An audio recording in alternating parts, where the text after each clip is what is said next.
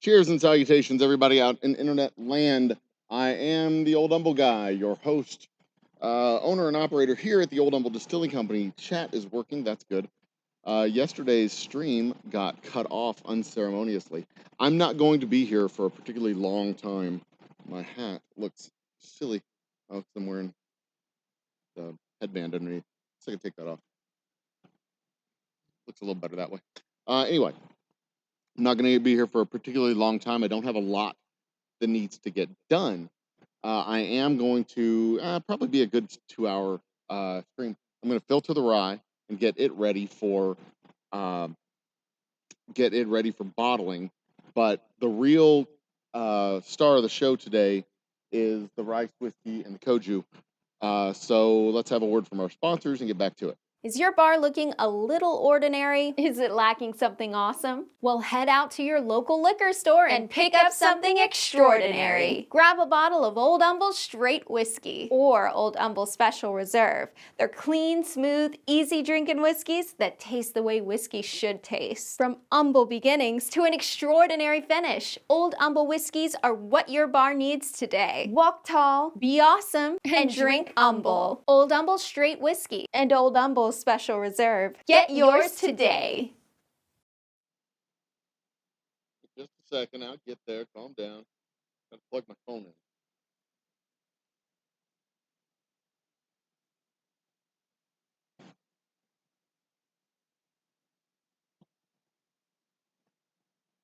And I gotta set up the camera.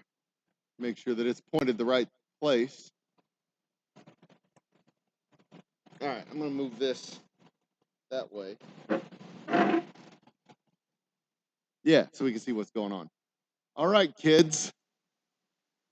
That over there is my little baby still. Y'all got introduced to my little baby still yesterday afternoon. You've seen it before. I've done work with it before.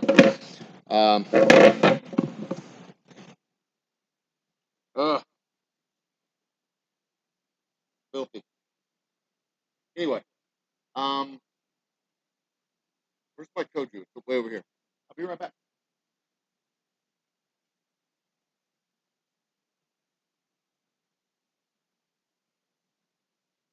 All right.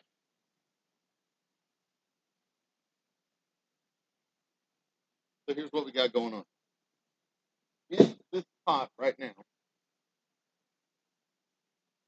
don't be shocked. I am, in fact, wearing a filter. In this pot right now, we're heating up water, getting it up to right at 130 degrees. Exactly where I want it right now. Cut down. We're getting it up to 130 degrees. What I've got here is brown rice, meat, and it's brown rice, make miso cookie. Y'all see that? Yeah. It's from it's organic, and it is from a place up in Vermont. So what this is going to do, I'm going to put this into one of those, into those two buckets over there. And what we're going to do is basically we're going to heat stuff up. We're not going to clean it. We'll just heat it up a little bit. We're going to heat it up a little bit, and then it will go into rice mixture that we've got. And I'm going to take a reading. I'm going to take a reading of the starch to make sure we got, with iodine. I'm going to take an iodine test to see the starches in the water. And then tomorrow,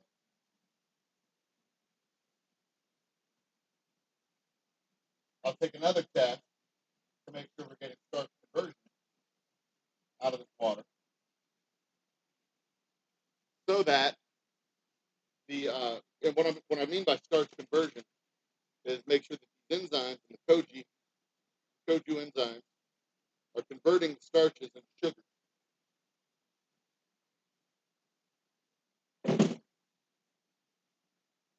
Because yeast do not eat starch. Yeast The wee little whiskeys like sugar. That's what they eat. So, I've got 5 pounds, 6 pounds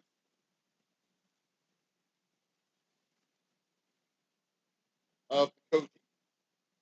Miso, or basically it's brown rice with the koji fungus.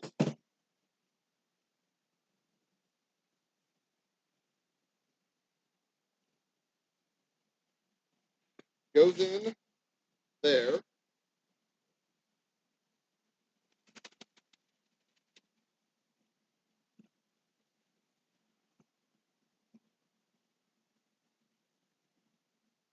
Not as hot as fuck today. Of course, it's also the hottest time of day. It's going to start cooling off. I don't even know what the temperature is. I'm not worried about what the temperature is. There's nothing I can really do about it. So I don't really whine too much about the temperature. It's just so freaking uncomfortable.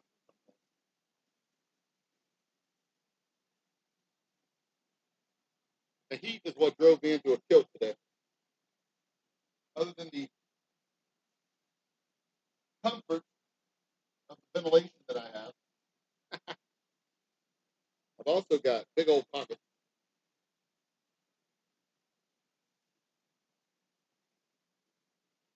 Spilled a couple of grains, but that's okay.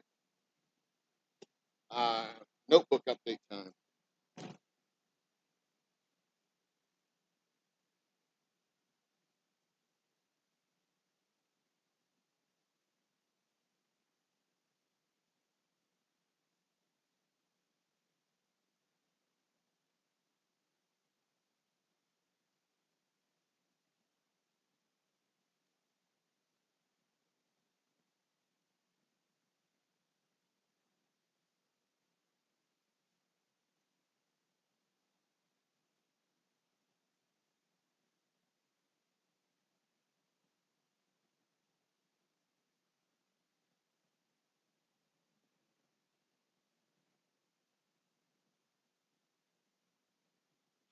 Okay, so got that done. Let me get my paddle, stir those up a little bit.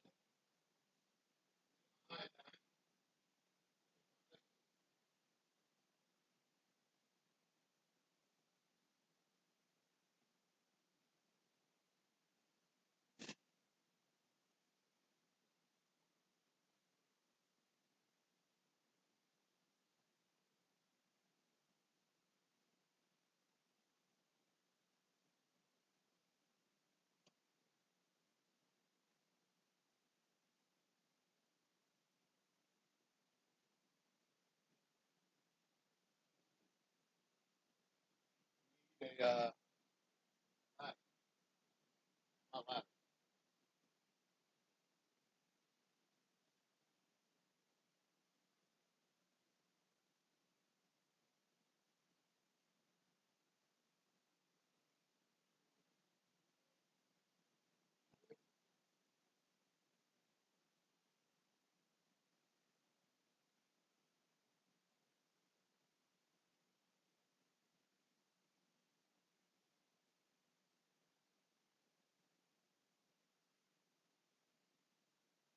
Goodness gracious.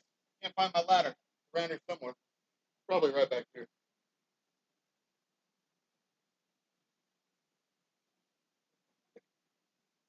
Oh, there.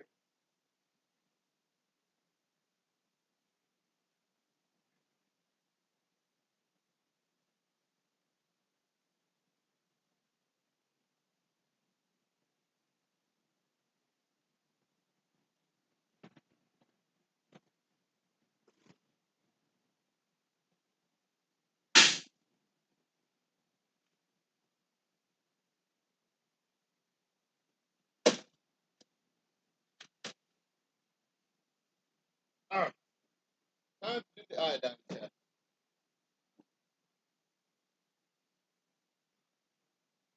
Nice. Still hot in here.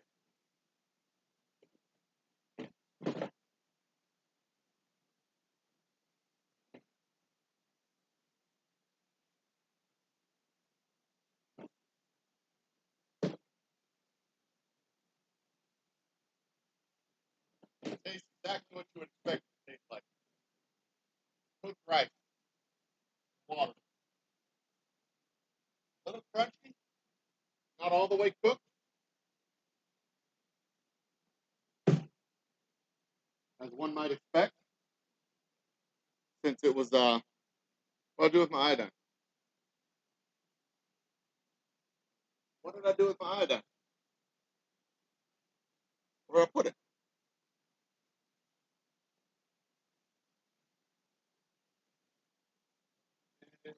Well,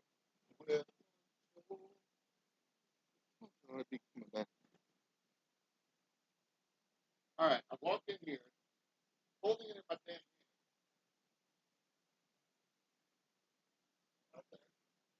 Came over here. Oh, there it is. On the table over here. I walked right past it. All right. Time for a little iodine test. See if we got a little conversion going on.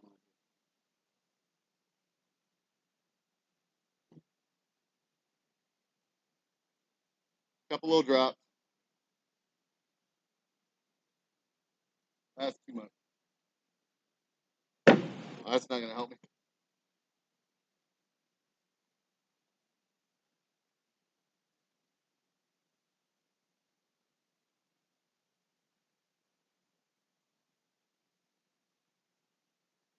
Try again with a different cup. So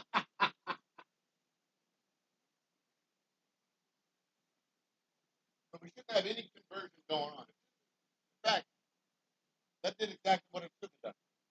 Just solid drops of iodine going in there, not breaking up at all. Because if there's starch in there, I'm sorry, if there's sugars breaking up the starch, then the drops of iodine kind of dissipate into the water. And the drops of iodine did not dissipate in the water; they went in and straight through.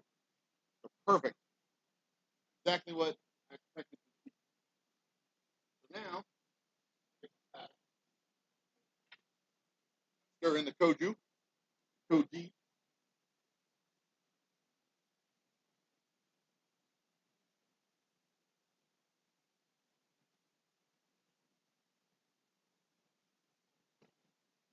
it up off the bottom.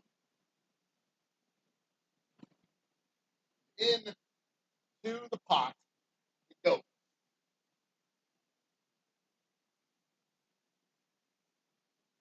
You need to make sure that temperature is not too hot. Who's that?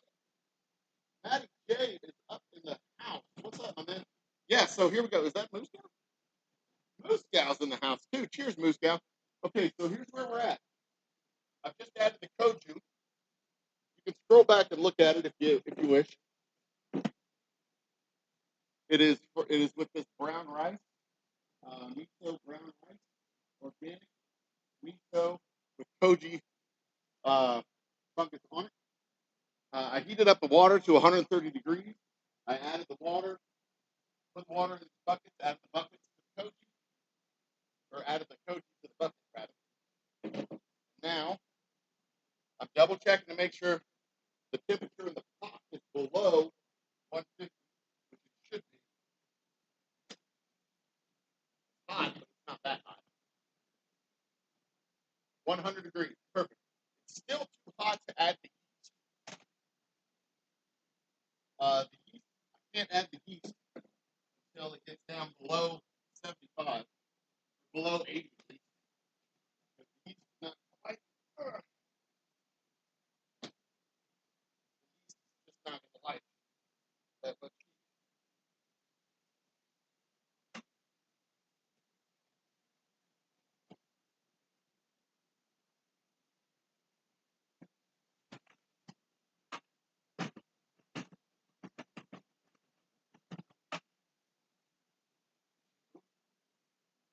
It's there.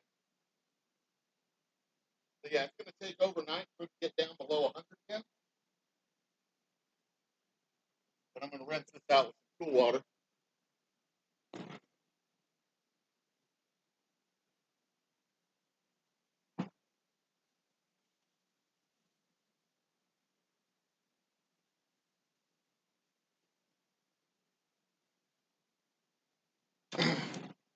So what we've done, we started out with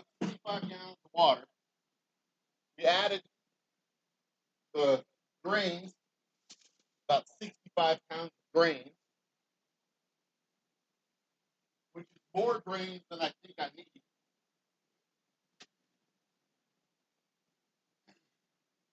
I really wanted 60 pounds of grain and 20 pounds of water. But I'm adding more water in, so I'm going to have 35 gallons of water total, and 66 pounds of grain total.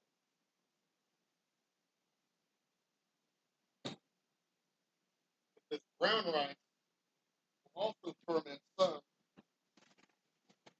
even though that's not its purpose.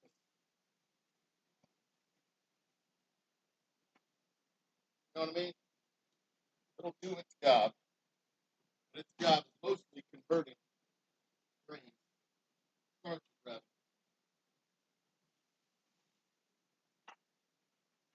No?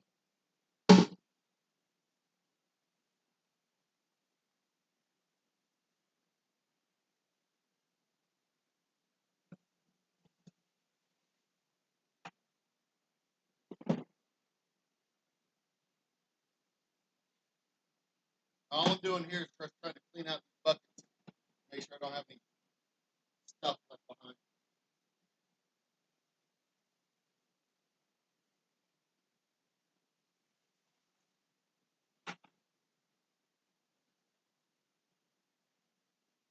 Should do it.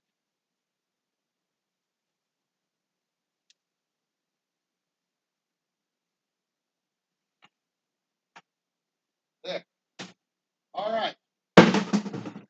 Now let this sit overnight. Now let it sit overnight uncovered so that it'll cool down. No, I take that back. That's a lot. I'm going to go ahead and cover it back up. I want it to cook a little bit longer.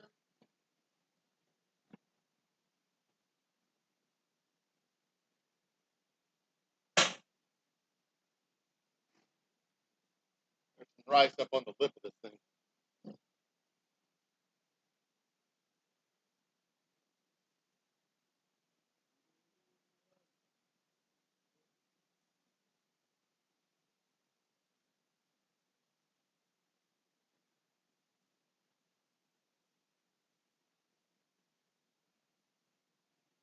Just so you know, it currently tastes like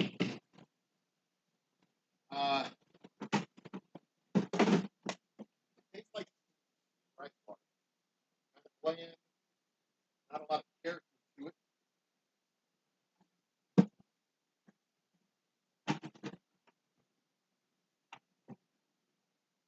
As one would expect, if you've ever tasted the water in a pot of rice while you were cooking rice, there's not a lot of flavor in that water.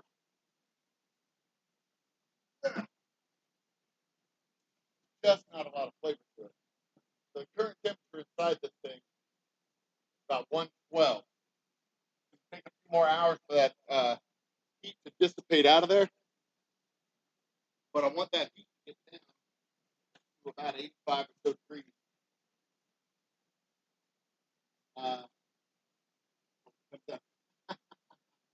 Thanks, Maddie. I mean, so far so good. It is coming along as expected. The starches have gotten out of the grains and into the water, as expected. So we have a nice starchy compound in the water.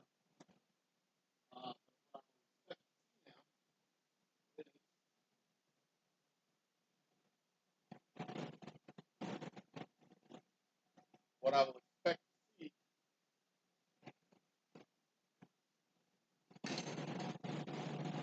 is starchy goodness.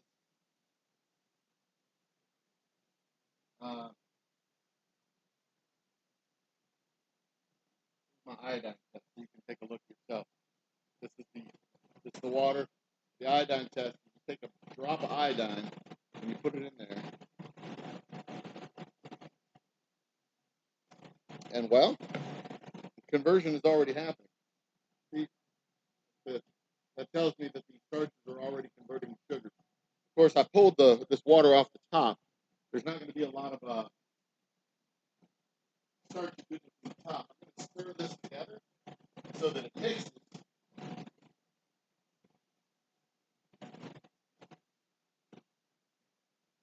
The rice, the koji, mixed together. Normally, this would happen in the boil pot itself. All this would be happening in the pot that had the agitator. The temperature in the pot would fall pretty quick as we're agitating it.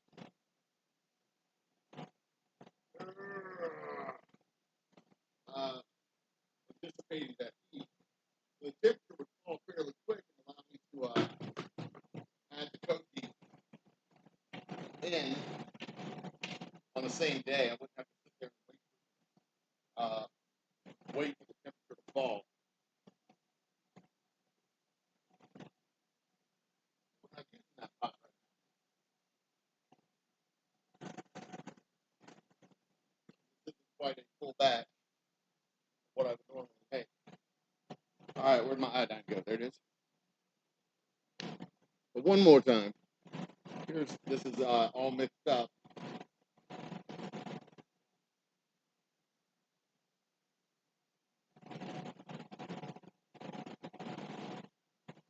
And we're seeing the iodine basically fall to the bottom in a big heap, binding together with the starches that are in the waters. It happened in this one too. It fell all the way down to the bottom. That's kind of what I was expecting, but I'm also expecting to see it start to dissipate real quick, real soon. Unless I'm just doing the starch test wrong. It's also possible.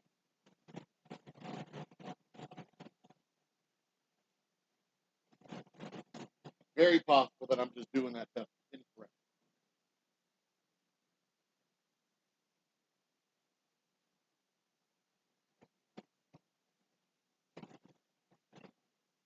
But if that's the case, I'm sure somebody will correct me over time. Oh, I'm a guy. You're effective. You don't know anything about doing starch tests. I don't understand why you're even alive. You don't need to do the starch test. How could you be so dumb? Fun fact. I could be a lot dumber.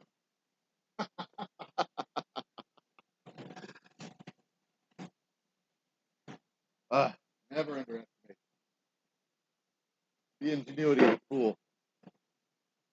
Okay. So what's next, you ask?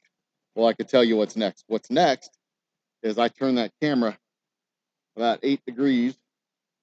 No, not 8 degrees, 15 degrees. And start. That's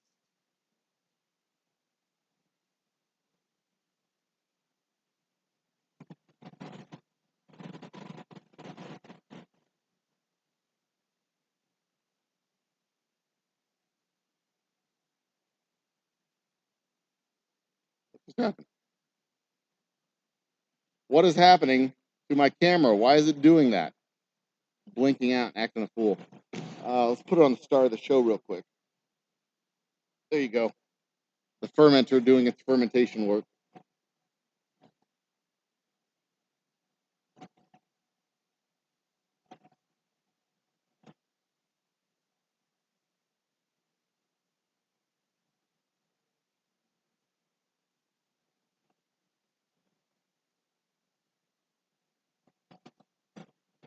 And yes, for what it's worth, the starch was very blue and purple in the bottom of that cup. Very, very blue, very, very purple. So it was, exactly what I was expecting to see. No conversion yet because we just added the koji. Just added the koji to the mix over there. Audio's clipping, cutting out a bit too. Okay, I'll and that is interesting. I'm also having trouble with my internet connection. It appears Maybe that's what's going on. The internet's acting like a damn fool. Maybe.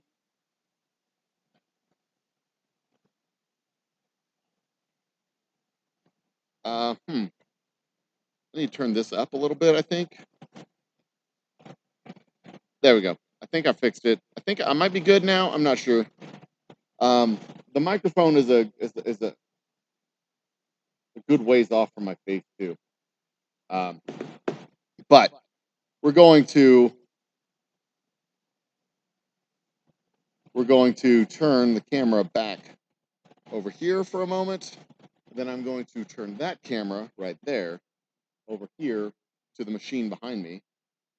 And y'all are basically going to get a picture of my back. For most, I don't know. I got to figure out where I can put this camera so that it doesn't look ridiculous. Wow. Recording. Will that work? That will definitely not work. I've got to put it like right here, I think. So that is going to be the new main cam shot. Check this out. Fade in, boom, there, right on the machine.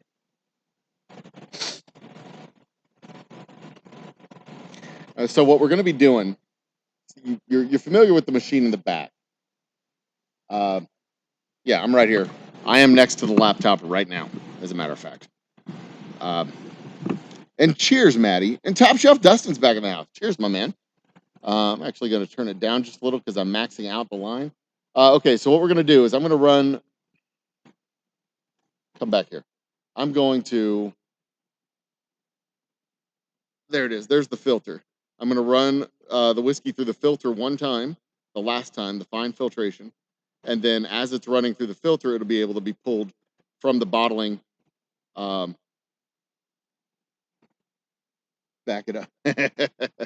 As we fill up the bottling barrel, which is this one right here, I'll be able to pull from the bottling barrel and fill up my bottles. And the bottles will be filled up over here. Usually I turn the camera facing 90 degrees this way so you can see the table and the bottling. But if I do that, it's going to be pointing at the door.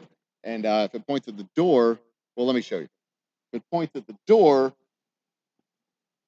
it'll affect the entire white balance of the room. And you will not be able to see anything. So that's just, it's just going to have to go there. Too bad. But let's get it rolling, shall we? Maddie J. Addie's back in the house. Cheers, Addie. And Justin, Jason, Top Shelf Dustin, everybody. Cheers to everybody in chat.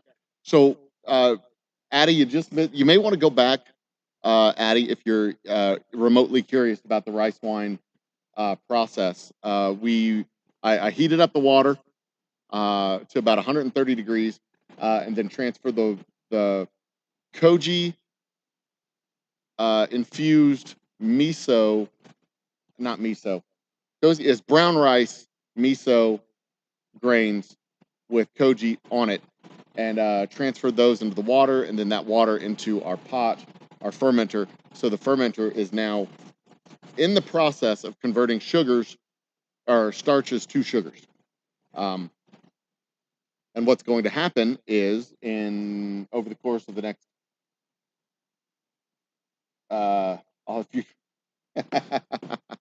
what's going to happen is over the course of the next 24 hours, we're going to get a good conversion of starches to conversion of starches to sugars, and those starches and sugars, or those sugars rather, are what my yeast are going to be consuming in order to make alcohol. So there you go. The plan today, going forward from here, is 6 cases. I'm going to bottle up 6 cases of whiskey.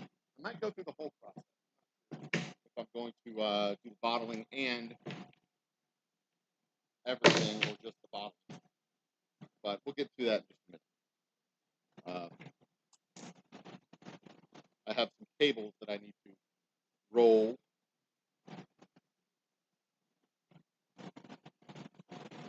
properly,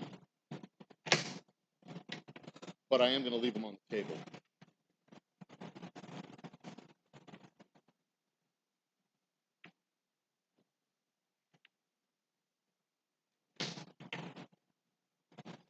So tonight we pop that bottle of rice whiskey. I will be doing a 7 or 8 minute video of just the breaking open of the bottle that I'll be posting up tomorrow. If you want to watch the full hour-long or 2 hour long, I don't know how long happy hour is going to go. If you want to watch the full live happy hour tonight, come on in. We will be talking about the history, the tradition, and all the parts and processes of making rice whiskey.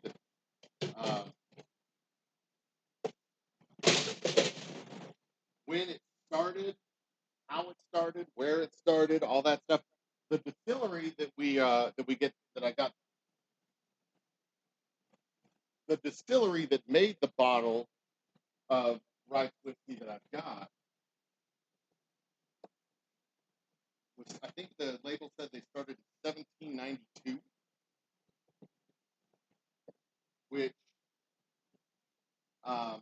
you can check the math on this, but that was a long time ago.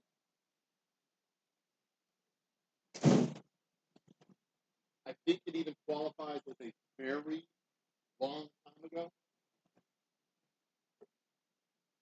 Like, I think there were still dinosaurs. It was before even I was born. Y'all hear me from there? Oh, the audio is really low. I think it was before even I was born. 1792 being a long, long time ago. It was not in a galaxy far, far away, though. It was just Japan, which is still in our galaxy, even though it is a long-distance phone call from here to there. Actually, I'm not sure it is a long-distance phone call anymore. There was a time when it was a long-distance phone call. But I don't think long-distance phone calls exist anymore at all. Keep walking in front of the camera. Of course, I also say that like it's a bad thing. I'm walking in front of the camera.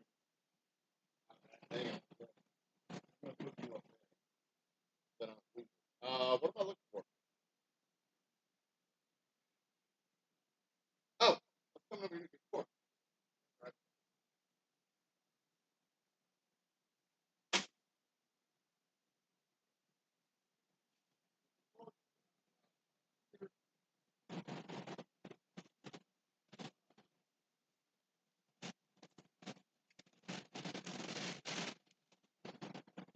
Probably can't tell, but I did, in fact, run the broom through here today before I opened up the camera. I say you probably can't tell because every time a car goes down the street out here, oh, I do have my lighter. I found my lighter. I'm very excited. I was disappointed last week. I couldn't find my lighter, so I couldn't have my post-show cigar.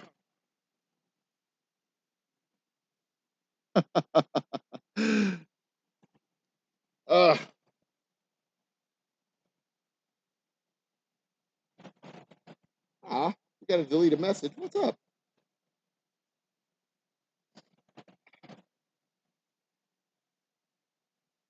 Sweet Jesse's in the house. Cheers, Jesse. Glad you were able to pop in, Maddie. Absolutely appreciate it. I mean, basically, the process that I'm going through with this is, I mean, basically, you make sake. You basically make rice wine, and then you distill the rice wine. I mean, that's basically what it is. The challenge comes in when you've got to when you're converting the starches to the sugars. You know, rice is full of starches, but it's not full of sugar. And if you don't have the enzymes in the wash to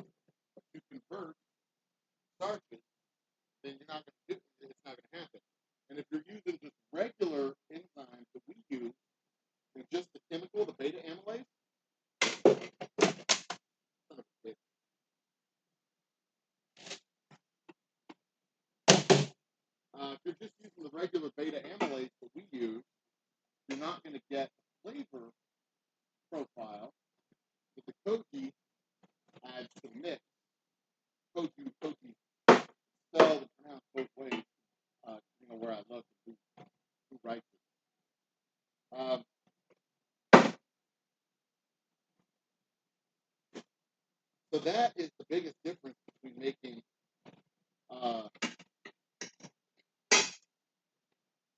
fermented rice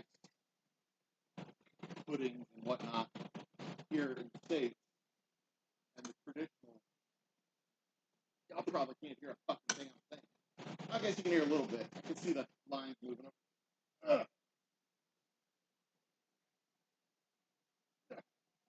That's the biggest difference between the traditional methodology, modern methodology. Traditional methodology uses these natural ingredients to our benefit in order to make this stuff happen.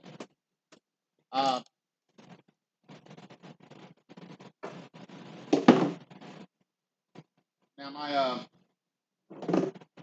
my bottling machine here has been drained and emptied from the last time I used it. Now it is time to bring the action. Goes. I don't know if y'all can see this here. Coming up through.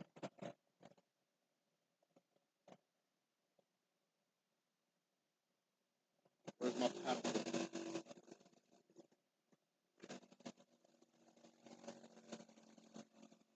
All right, we're set. My lovely wife will be very happy that I've got this koju out of the refrigerator.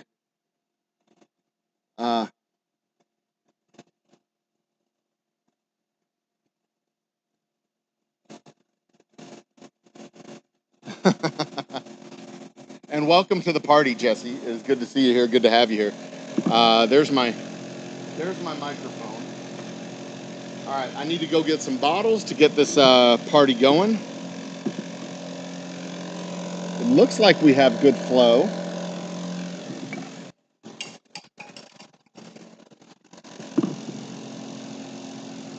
Sorry, camera. Looks like we've got good flow coming through.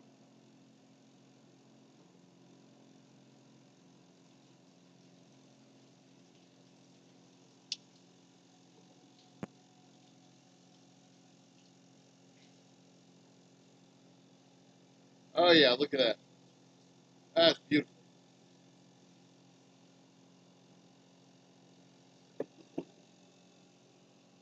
Cheers. Chat.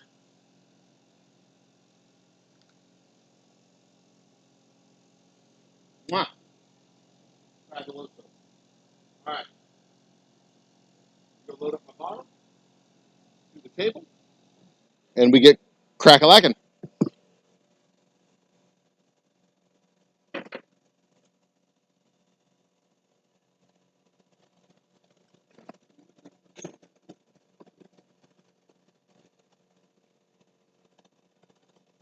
All right. One. I might go with 7. 7 bottles. Wow. Pop, pop, pop. 2.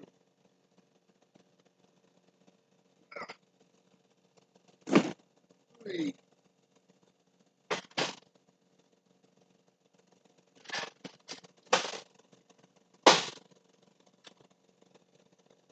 4.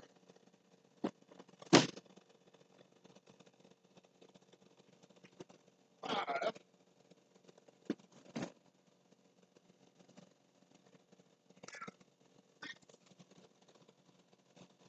6.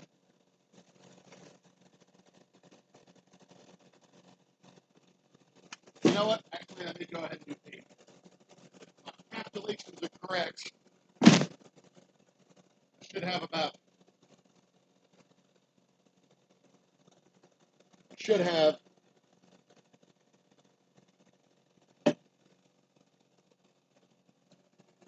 40 gallons. That's 5 is 200 bottles. 200 bottles divided by 12. That'd be 196.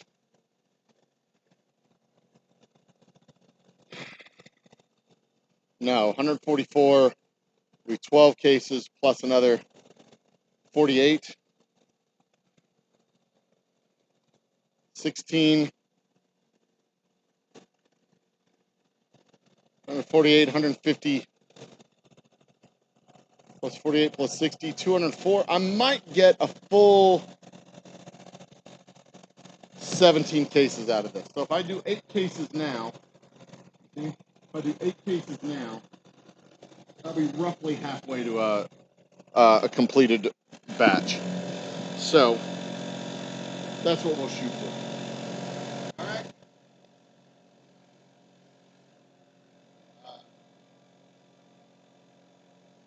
Sweet Jesse has a shed in your backyard. Well, sweet.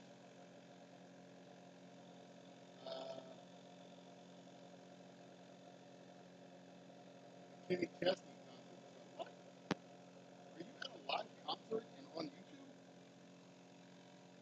That's awesome, I guess. Like, put on your phone and enjoy the ambiance of a live Kenny concert. Good Lord. Um, thank you, Jason. I think I may get the 204. I might be able to squeeze out those last 4 bottles. But I'm probably going to be closer to 16 or 17.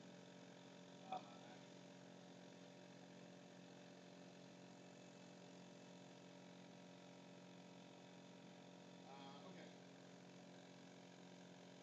So once again, recapping what we did earlier before the crowd. Uh, so all I basically needed to do for this rice today was heat up the water. I needed to heat up the water so that the brown rice would cook. That was basically, and not even cook really, just soften up enough to release, soften up enough to release the starches and sugars and activate the koji.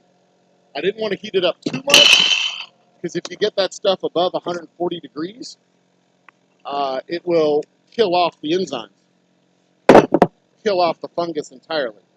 So I needed to keep, and so I heated it up to right at 130 degrees.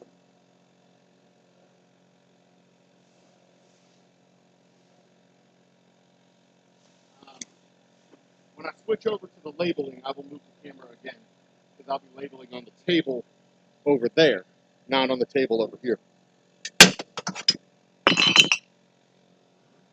We did last time we used this. We did gin, so my shelf is high. I need to adjust it down so that my bottles will fit proper.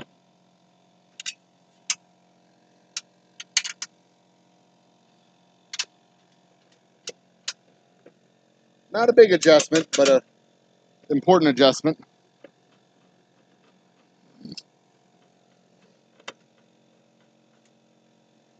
All right. And as you may notice, that's going to be loud, I bet. Turn it this way so it won't be too loud. All right.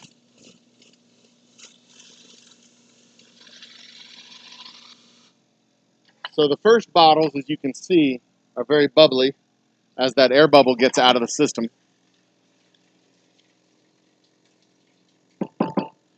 I can let them settle, but it's just so much quicker to dump them back in. Plus, if there was anything in the lines, any water, vodka, a different kind of whiskey, anything like that, if there was anything in the line, it can go back and mix back in to. I don't think that's too terribly loud. Is that okay? Is that going to blow your ears out, guys? It's loud. I can see that it's loud on the machine. Okay, if I turn it to the side, it's not so bad. All right, but if there's anything in the lines, I can throw it back in the barrel, and it'll mix in and balance out that flavor. So I don't really have to worry about it too much, especially with those first bottles.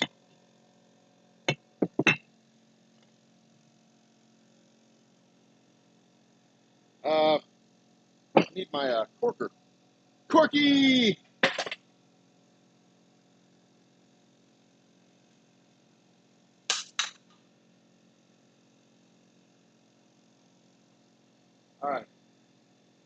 I seriously need to clean this table up.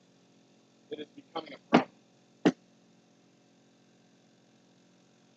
I've got so many tools, stuff stacked up on my workbench here that I can barely use my workbench. I need to get a damn tool.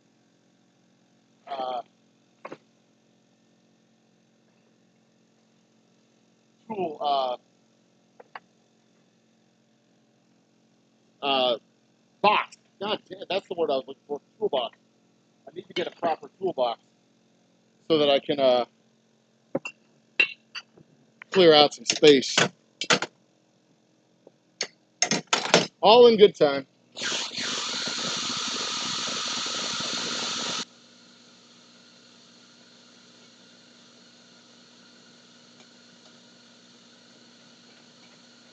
Can y'all see Corky over there? Yeah, I got to see Corky. Good.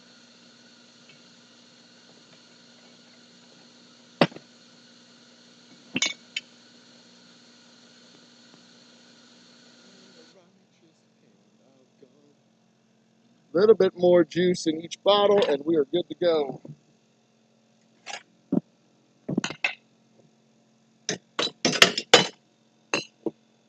So I'm actually really excited about cracking that bottle tonight. I'm excited about cracking the bottle. I'm excited about doing the tasting video. I'm excited about all.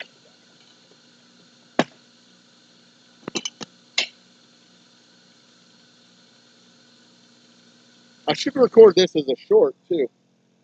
These are always popular.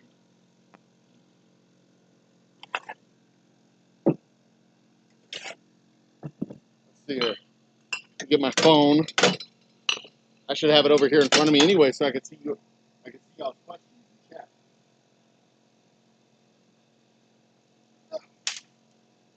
What you say, Maddie?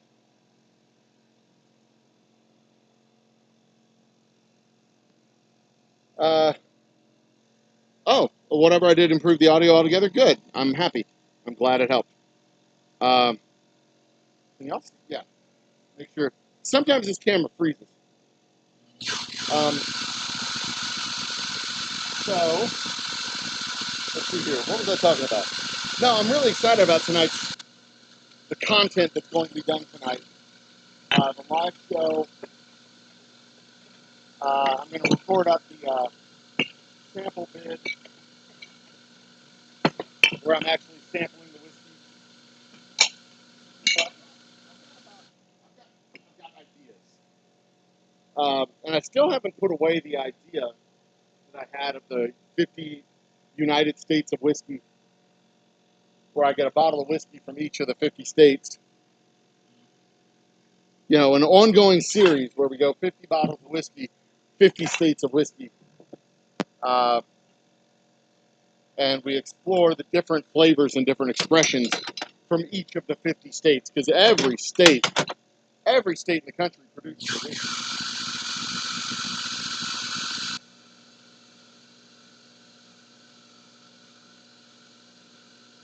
And it's just a matter of focusing in and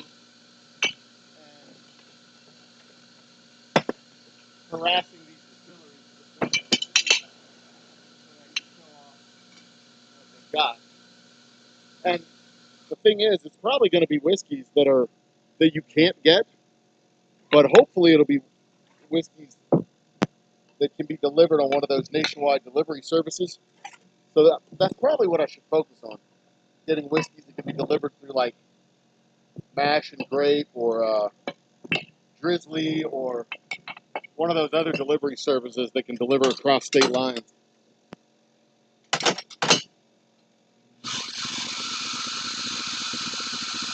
Not many of them. Some states are just dumb. They won't let you deliver whiskey across state lines. Texas being one of them, but not just across state lines. The state of Texas, distilleries can't deliver anywhere, period. have to deliver secondary market delivery. So whenever y'all ask me for a bottle and PayPal me or Venmo me or whatever, I'm actually going to the store and buying a bottle of whiskey, signing it myself, and delivering that whiskey to you on the secondary market. But it's the same damn whiskey. But that's just how it has to legally be done in the state of Texas.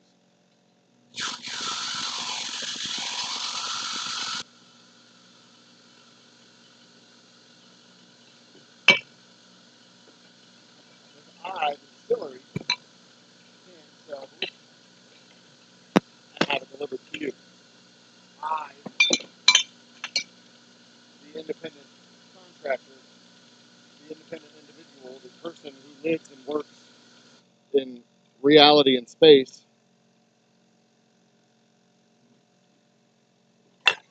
not unlike you, I can go to the store and buy whatever I want. You want a turkey leg? I can go out and get you a turkey leg and put it in a box and send it to you. I don't know why you'd want me to do that. That'd be gross.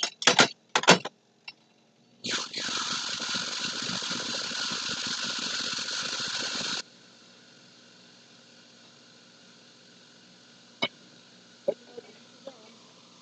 You want a box turkey leg sent to you from Humble, Texas. I can see to it without a house. I guess. What's the question, Jesse? I missed it. Sorry. What gives the rice whiskey its color? Same thing as everything else. Rice whiskey gets its color from the barrel. This is rye. This is our double oak rye. Um, the rice whiskey is still about a week, at least a week away from being bottled, unless I want to barrel it. But before I barrel this whiskey, I've got some experiments that I need to do.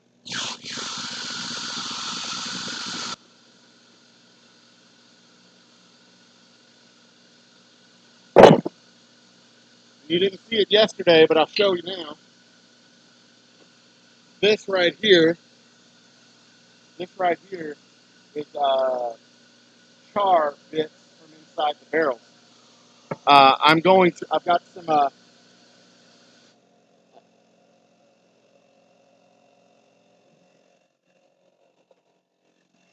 got some, experiments that I'm going to do with the whiskey because I want to see what happens. I think the rice whiskey has a pretty light color and a pretty light barrel profile based on what I see in the bottle.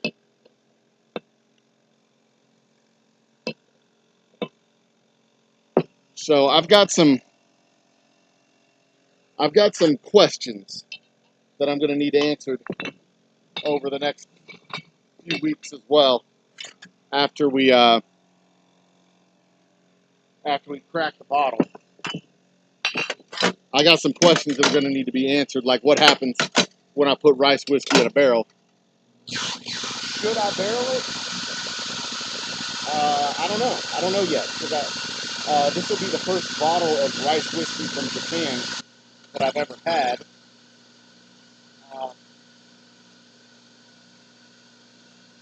Look, I'm missing the cap. Sorry, guys. So yeah, the color of whiskey is always from the barrels. You're never going to get whiskey.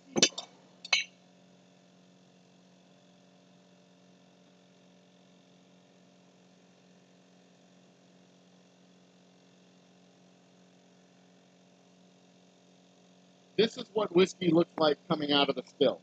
Always. This is a filthy bottle. It's been sitting on the floor. This is what whiskey always looks like coming out of the barrel. It is always crystal clear, looks like water, looks like vodka. This is what whiskey looks like. Always. All liquor comes off the still clear. Anytime you see alcohol with color, it's either had color added with actual food coloring, herbs, or the barrel itself. I'm not paying close enough attention to my bottler. So we're getting weird quantities over here.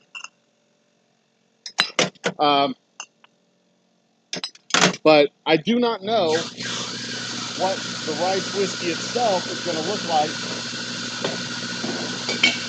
I don't know. I think it has a light color to it. I think it has a fairly light complexion, but I don't know. I mean, I know my straight whiskey has a very light color to it because I age it in used barrels that have a very light char.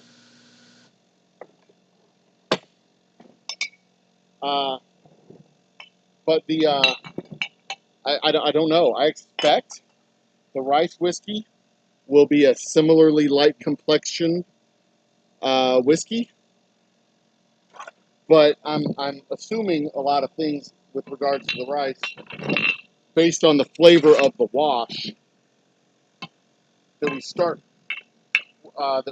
with. Because if you've ever had sake, if you've ever had rice wine, you know what rice wine tastes like. If you've ever had rice-based beers, whoops, sorry.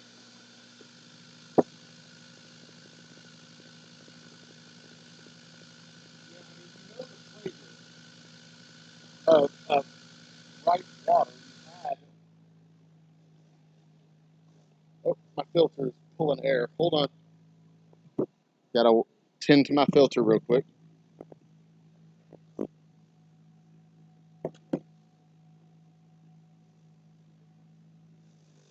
All better. So y'all know the flavor of rice water. It, it's sweet. It's sweet. It's mild. It doesn't have a whole lot of body to it or character to it.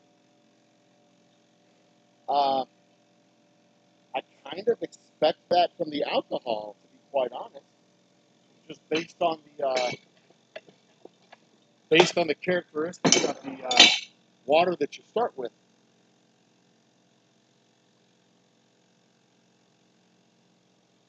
Um, I'm scrolling back up through chat. Hold on a second. Yes, barrels do in fact give it the taste, give it a lot of its flavor, a lot of its flavor and all of its color. Yeah. The rice whiskey. Let me show you. The rice whiskey is currently in the fermenter. Right there. There's the rice whiskey. It's in the fermenter. We just made the grains yesterday, and we will start the fermentation, or I will start the fermentation tomorrow. I have the yeast. Everything's ready to go. It just needs to get its temperature down to the appropriate level. Ideally below 70 degrees, but I'll take it down around 80, to be quite honest. If it'll get down to 80 degrees, I'll pitch the yeast at 80. That should be fine. So the making of the rice whiskey, this is day 2 of the rice whiskey. And making of the rice whiskey today, day 2. That was probably the first 30 minutes or so of the stream, doing the stuff that we needed to do to get the rice going. But this is my double oak rye that I'm bottling up right now.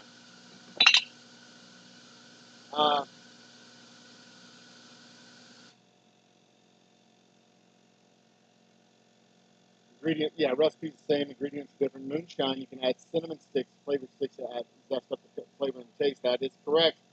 No, Elijah Craig single barrel. Damn, that's rocket fuel.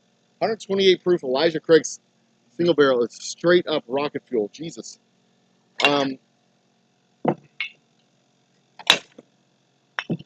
That's a lot of alcohol. That is full on barrel strength. I am going to measure the temperature in there in a minute once I get through bottling it. I'm going to take a measurement of the temperature. It's 100 degrees, 112 degrees when we added the koji.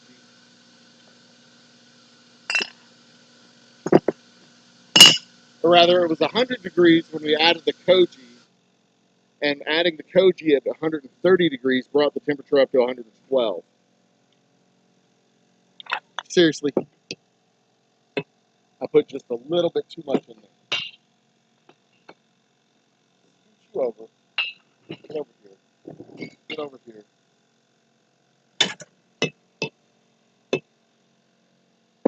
And I have sampled to make sure that I am pouring good whiskey into the bottles. We've had our quality control shot for the day, as is custom.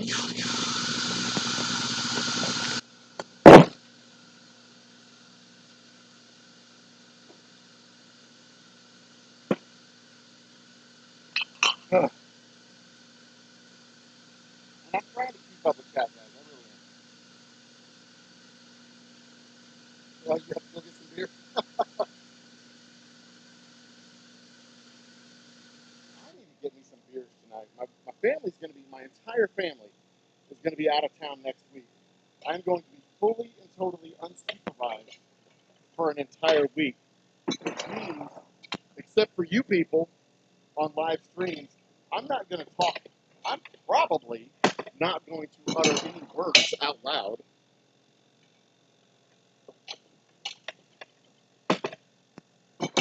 For like 4 days. So, if I'm live streaming, I'm talking. Otherwise, I'm not going to have anybody to talk to.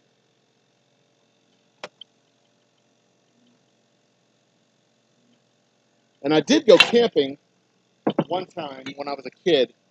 It was a long weekend break, like 4 days, 5 days, something like that. I went camping on the Red River in Natchitoches, Louisiana. There was nobody around, so for like 4 days, I literally didn't speak.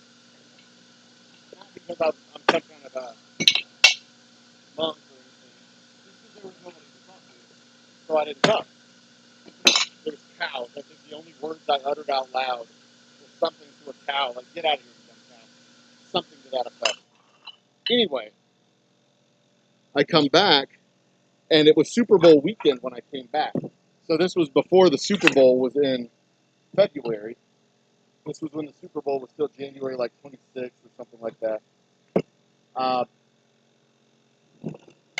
That tells you how long ago it was. Anyway, I come back, and, you know, my mom's throwing a Super Bowl party. She has a bunch of friends over at the house. I literally lost my voice. Came home, hadn't spoken for like 4 days, start talking to a bunch of people, and then boom, an hour later, I lost my voice.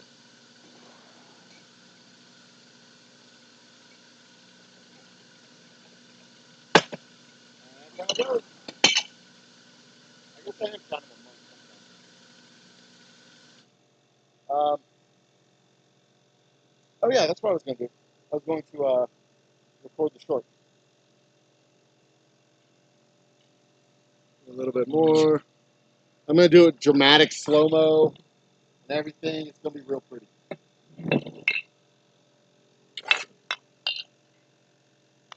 I'm a little bit annoyed this month. I had a whole lot of shorts blow up last month. I haven't had any of them blow up this month. It's kind of annoying.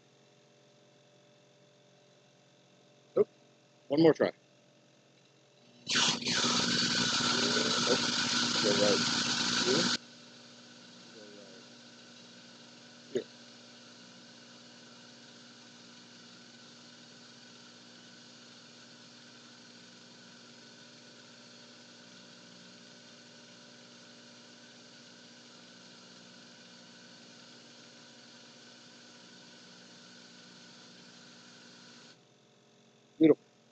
beautiful, artistic and everything.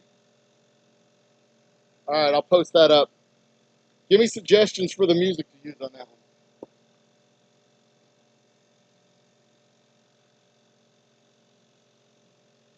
Cheers, cheers, cheers, Matty J. Hey, and it is good seeing you again too, Matty J.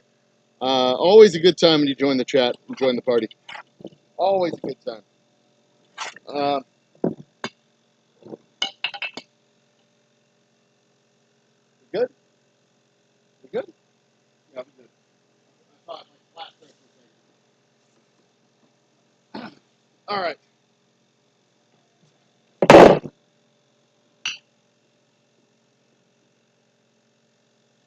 I must have posted 100 versions of that bottle filling short, and every time I post it, people love it. But anyway, I was saying, last month I had like 4 of them blow up for 3,000, 4,000 views. And this month I haven't had any. It's just awful and flat. But as far as my quest for 100,000 views goes, I am over 70,000 and well on pace to reach my 100,000 views mark, which is pretty damn awesome, including the new metric, the new goal that I'm shooting for this month. And I'm going to explain this when I finally do record my quest for 100,000 update video. But I want to make it a good one because the last one, only 10 people watched it. I am very bad, apparently, at doing uploaded videos. I'm trying to do better. Anyway,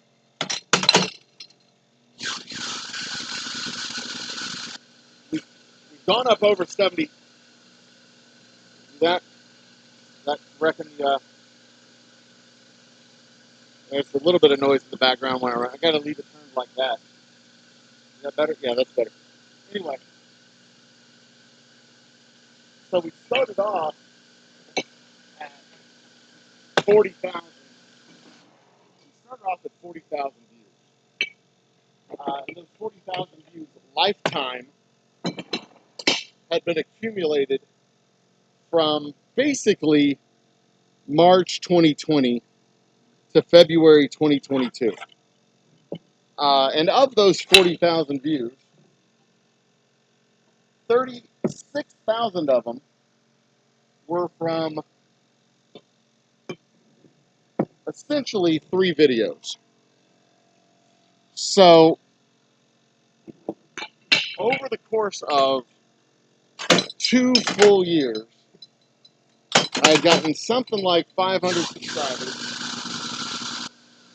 I've been able to collect that 500 subscribers and only 4,000 views in 48 months. So I was averaging like 100 views a month. Less than 100 views a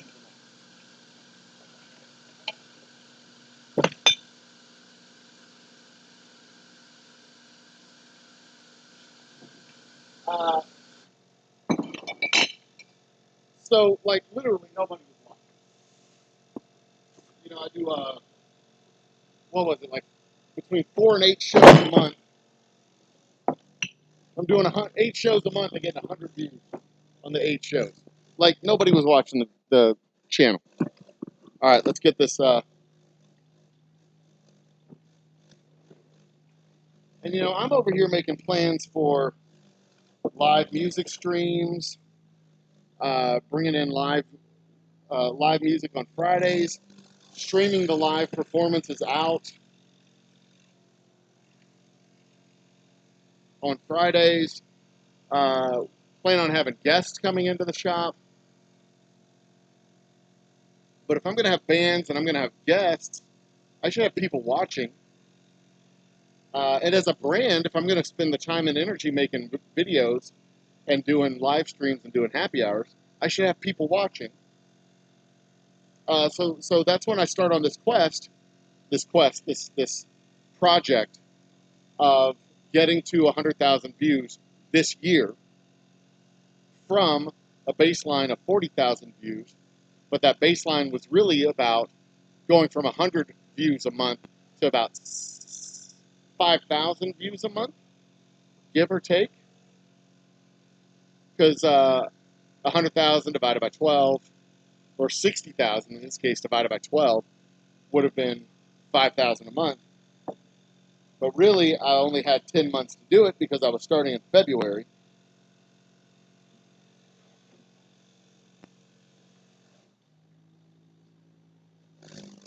So I was really looking at trying to get up to 6,000 a month, but it wasn't just going to be 6,000 because, you know, I wasn't going to go from 0 to 6,000. Yeah.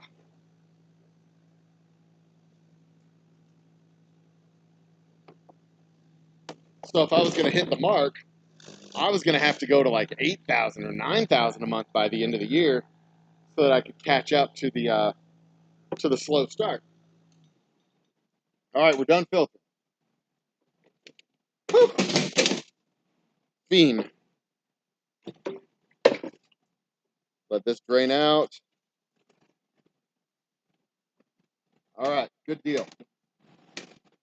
You stay. Stay. Good deal. All right. That's going to relieve a lot of the noise. Anyway, so I was going to have to get it up to something like, you know, 8,000 or 9,000 a month by the end of the year in order to catch up to the first several months, which were slow months. You know, whoa, there's a big fucking wasp there. Son of a bitch, I hate wasps. I'm gonna have to kill that son of a bitch. Get out of here, you fucker. I hate wasps. I absolutely hate wasps. Look at that son of a bitch. He's trying to sting from the grave. Oh, I hate you. Look at that. I know that's probably not one of the ones that is mean, cruel to humans, whatever, but I don't care. Look at this son of a bitch. Look at that. He's still trying to sting. He's like, I gotta kill you. I'm gonna get you. Fucker.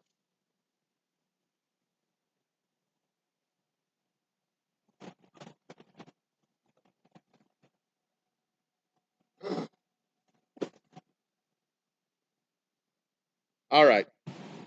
Last case. We all clean over here? Good. No wasp guts. All right, so anyway, one wasp was injured in the recording of this film.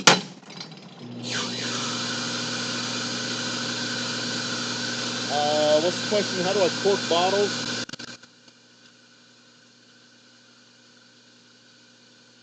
How do I cork the bottles that I brew?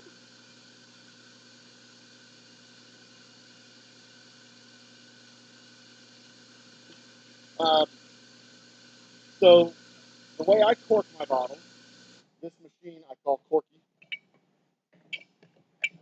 That's it. It's just a lever. It's just a one-armed lever. That's it. I've done them by hand. It doesn't take a lot of effort to push the cork in and give it a little twist. But if you're doing a couple hundred bottles in a day, every day for a week, that becomes kind of a pain in the elbow, as you can imagine.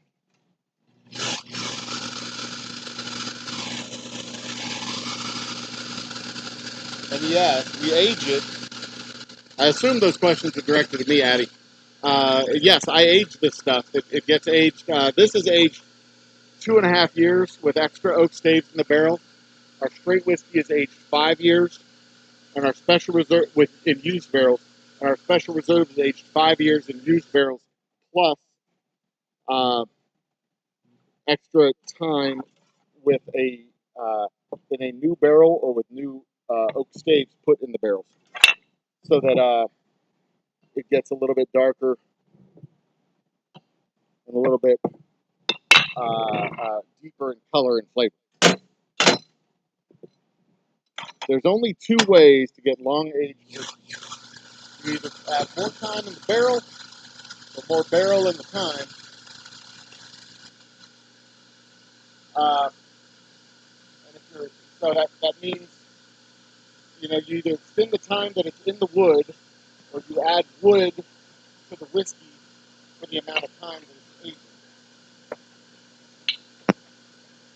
That's it. There's only two ways to do it. You can't shortcut time. Time is going to do what time does. You can add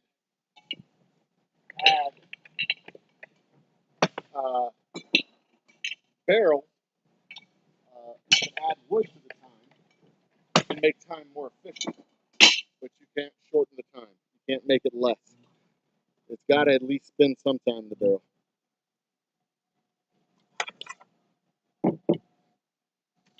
You know what? Speaking of time, I had the freakiest idea last night.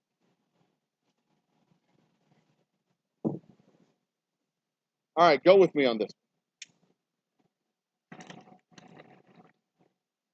If warp travel is discovered and you can travel faster than the speed of light.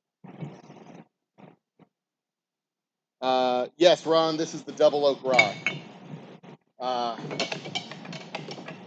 The rice whiskey is in the fermenter, currently converting starches to sugar. It's over there right now. I'll turn the camera and point it over there in a minute.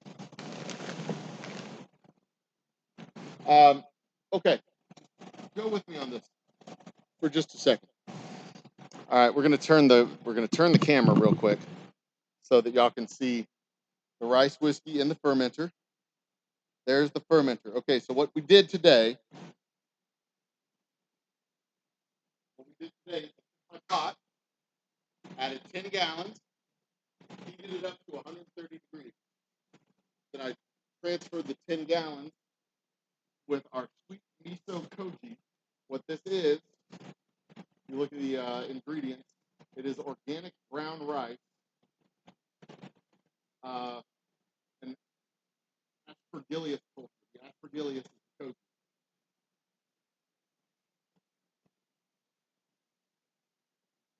130 degrees water, koji. We added the koji into our pot. Our pot is still at about 100 degrees. Where's my pew pew pew gun?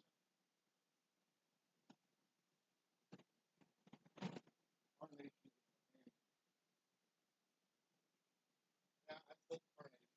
Secretly, I'm a 90-year-old man. I don't know if y'all know this about me.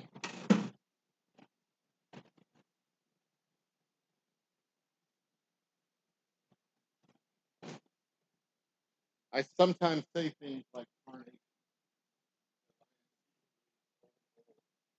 Old truck. We're at 107. So we dropped 5 degrees. We dropped 5 degrees in the last, hour or so. So it should drop down to a nice, comfortable temperature fairly, fairly rapidly. Get down to about 80 degrees or so. Stir it up with some of that.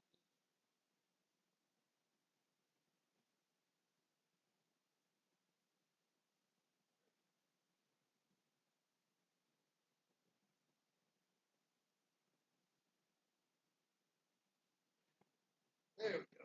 Yeah, it's broken up. There we go. Nice.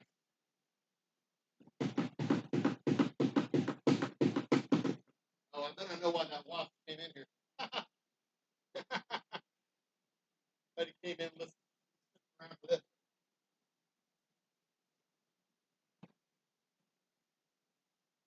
Tomorrow, when I throw the yeast in, or tonight when I throw the yeast in, tomorrow I'll come back, get a picture of that fermentation. And it'll be nice and give me a nice, delicious crust.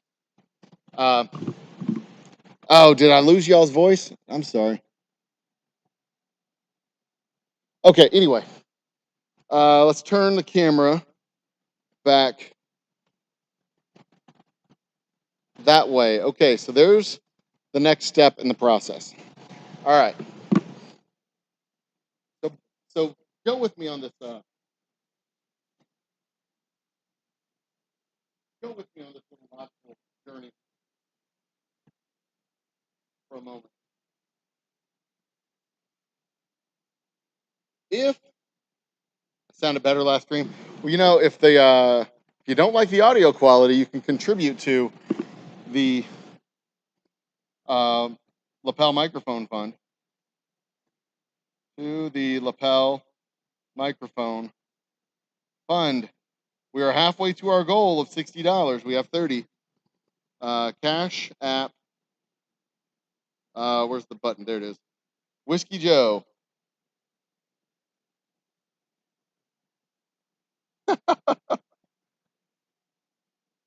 And I will pin that message. We are halfway to the goal, kids. Halfway.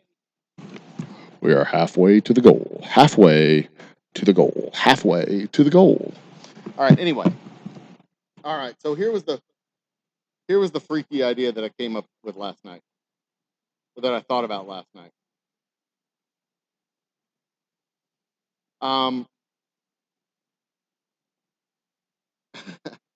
It's just beginning barreling. I'm scrolling back up. Okay, good. If you could travel, hold on, I need to get my gun and my extension cord. There we go. All right, we're gonna try this one more time. Plug you in over here. Run you under the cable. All right. Need my whiskey wraps. There we go. Okay. All right. If you could travel faster than the speed of light,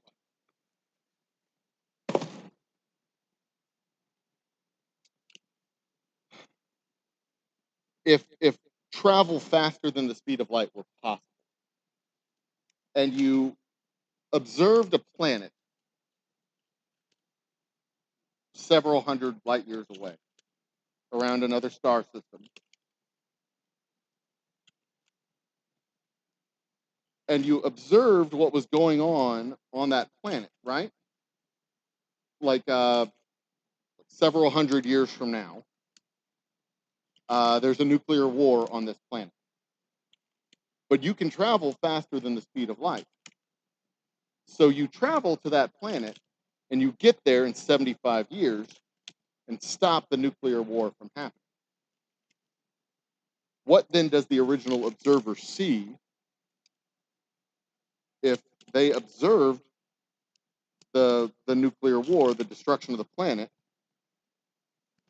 If they observed the destruction of the planet and then you went there and stopped the destruction of the planet.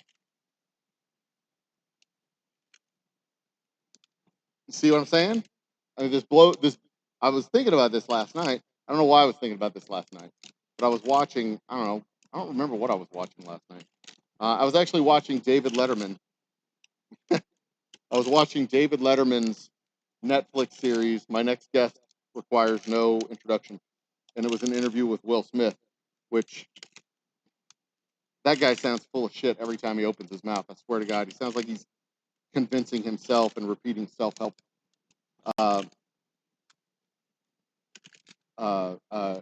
jingoisms. But anyway, so I'm watching this show and thinking, what happens if you're traveling faster than the speed of light, you're literally time traveling. You have to be literally time traveling. You can't you're traveling faster than observable events. So you end up being at some place before an observable event happened.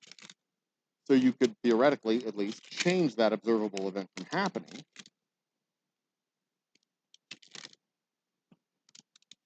What happens to the original observation?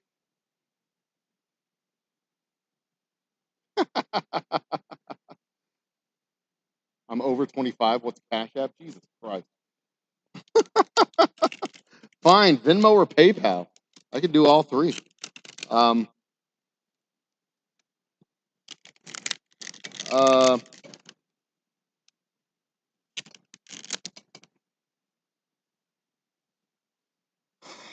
I could throw in the PayPal link too. I've got all three. If you want to contribute, like by all means, I'd rather you buy whiskey. But what is my PayPal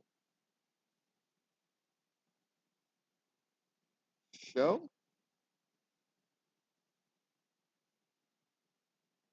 Is that me?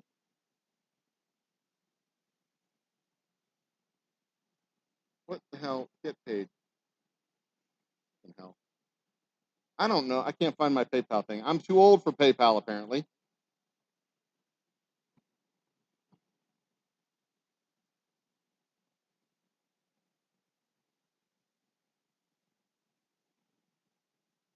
Venmo, I think, is Old Humble Whiskey. Venmo to me.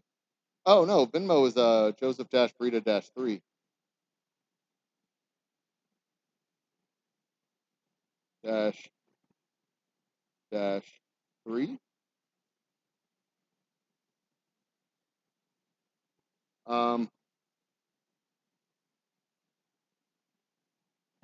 What is my PayPal? I don't know my PayPal. I should, but I don't. Oh, at Old Humble. That's me. At Old Humble. There we go. There you go. But yeah, for real, I am. A lapel mic isn't a high priority, but if y'all would like me to get a lapel mic, I would be happy to get a lapel mic. The one I have picked out on Amazon is like $50. We're halfway there. And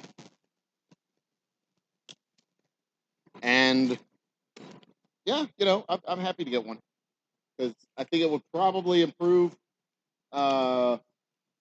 generally. I'll be able to walk around the distillery. Y'all be able to hear me. Shout out to Square Table Degenerates who contributed the first $5 to our lapel microphone fund. And it is on because of him that I am officially this is huge. These aren't right.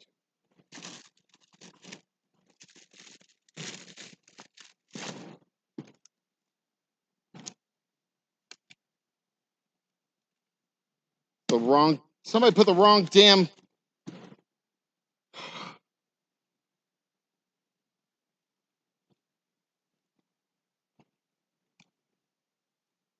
They mixed in the wrong neck things.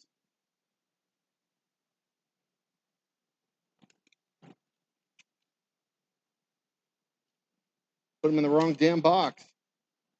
Ugh. This is for the gin, not my whiskey. Subtle difference, but it's noticeable. Rob, what that?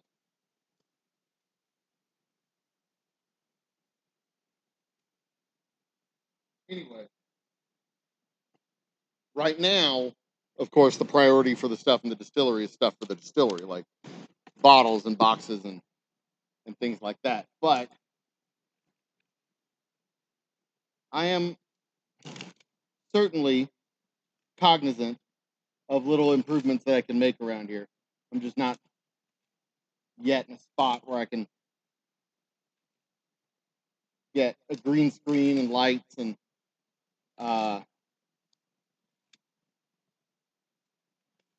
the last thing I got was another cable for our lives so that last week's band could broadcast live with audio.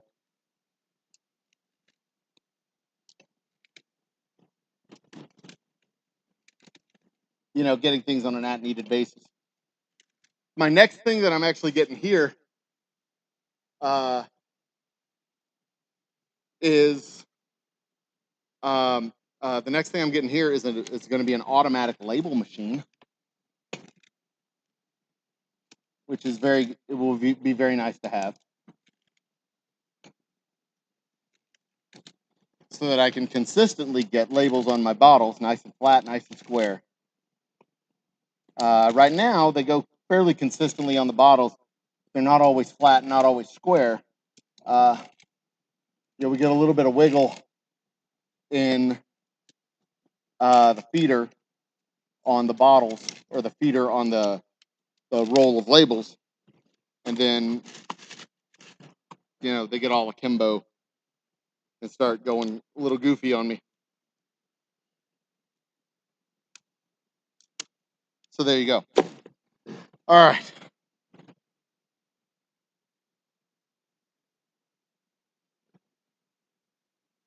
Let's see here. Gold medal. Wait.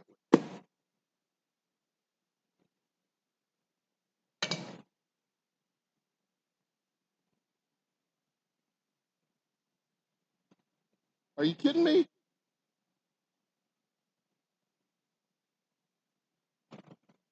Thank you, Dustin. All right, I'm ordering the lapel mic tonight. You people are fucking all-stars. Without question, you people are some of the best damn people on the planet. Hey, I am a professional YouTuber. Check me out. I'll put in the order tonight of our brand new lapel microphone. Damn, you guys are awesome. All right. You're the best boyfriends a girl could ever have. All right. Okay, so this is what we're doing now. Heat gun. Heat gun. Can y'all see? Can y'all see me on the end of this table? No, you can't. Okay, let's see if I can turn it a little bit this way. I don't want to get that door in. Yeah, okay, there we go. So we got 1, 2, 3, 4, 5, 6, 7, 8 cases, which is about half. Yeah, we're about halfway through this batch. I've got a little bit more work that needs to get done with this batch. We got to get these seals on the bottles,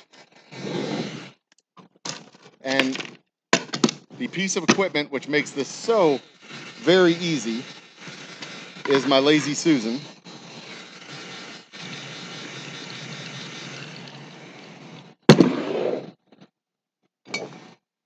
And it sounds a whole lot better than a bottle scraping across the table as I spin it.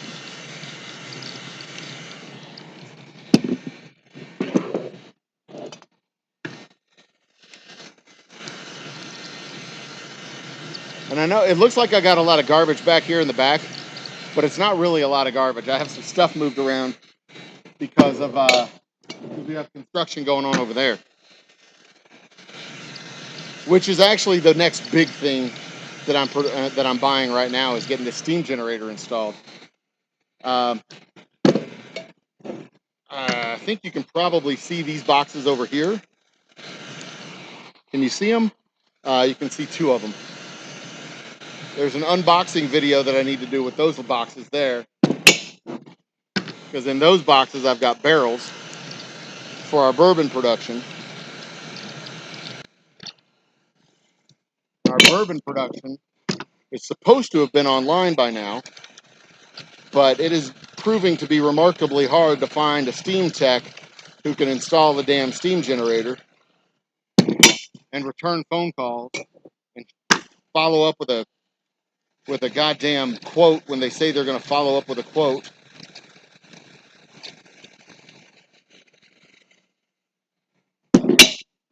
Absolutely infuriating, these people sometimes. The absolute worst.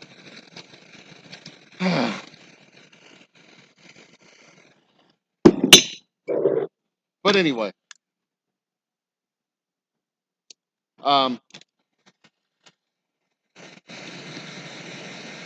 we but yeah, that's the The ongoing project right now is to get that steam generator installed and finished so that I can run my first batches of bourbon in our new facility here. And I've been putting off running the bourbon until we have full batches. You know, I could cook the grains the same way I'm cooking the grains with the rice, and I would probably do a better job with the rice. We'd get a little bit more starch extraction and sugar extraction from the rice if I actually boiled the rice on the water. But as it is, it's working out pretty okay. I'll take another temperature reading before I leave. Hopefully, we will be getting down to a very reasonable temperature by the time it's 4:38. I expect to be done with this in the next 20 minutes or so. The only thing I'll have left to do is the actual labeling.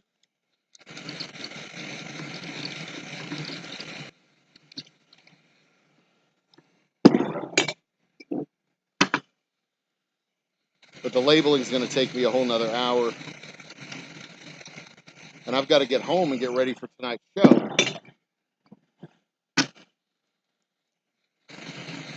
I know the show doesn't start till 10, but I've got dinner. I've got to take a shower. I got stuff to do. Now, y'all see me show up at the distillery and turn on the stream at 3 o'clock. I've already worked for 5 hours at 3 o'clock, at least 5 hours. And I'm usually up till like midnight or 1 o'clock, because over the course of the evening, I'll throw in another couple hours of work, especially after everybody goes to bed. Half the time when I do one of my late night streams, it's because I'm finishing up some thumbnail or shelf talkers or some kind of nonsense that I have to get done.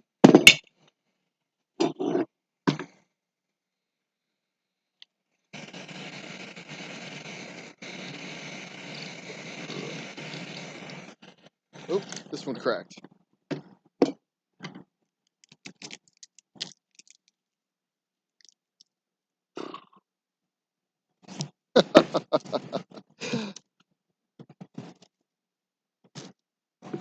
Showering daily. You know,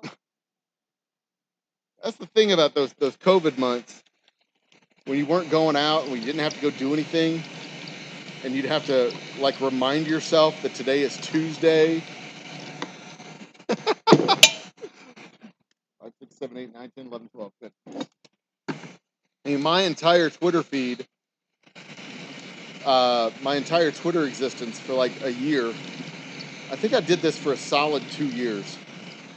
I stated the date, the day of the week, the day of the week, and just a simple fun fact, a nonsensical,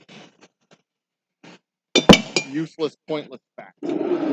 And it literally started because I would wake up in the morning, and the first thing that I would tell myself in the mornings is, today is Tuesday, March 27th.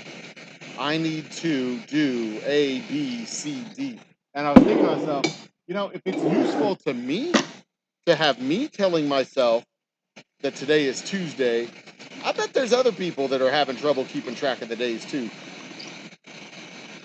And that was literally 730 tweets that I sent out between March 2020 and March 2022. Just a simple day of the week. And sometimes it was just dumb, like today is March or Wednesday, whatever, May something, whatever. It is garbage day, because I had to remind myself that Wednesdays were garbage days. Otherwise, we would not get the garbage taken out. True story. True story. I'll get you up here so I can.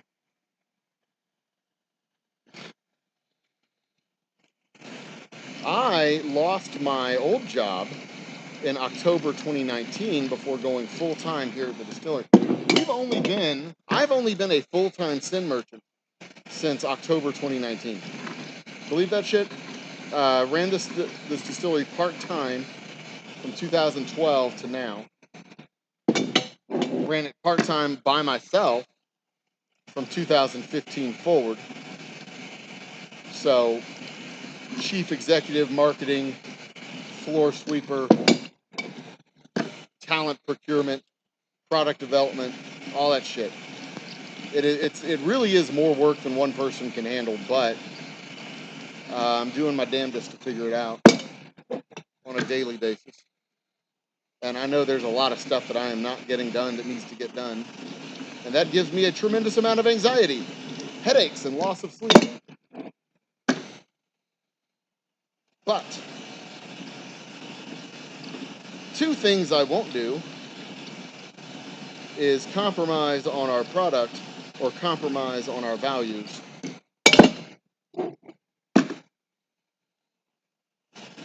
And if that means I pissed off some guy in a truck who won't buy my whiskey anymore, well, that's fine. Fuck him. That guy doesn't have to buy my whiskey. He can be relegated to buying factory schlock. He'll change his mind eventually. Come to his senses and realize that delicious whiskey is universal.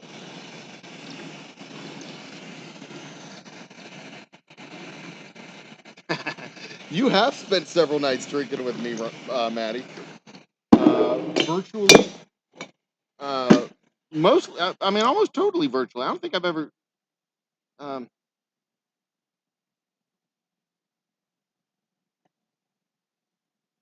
get the name of the game. Oh, Building the Town. Factory Town. I've done a few of those little games. I've done Factory Town. I've done, the most recent one that I've done was Industry Giant.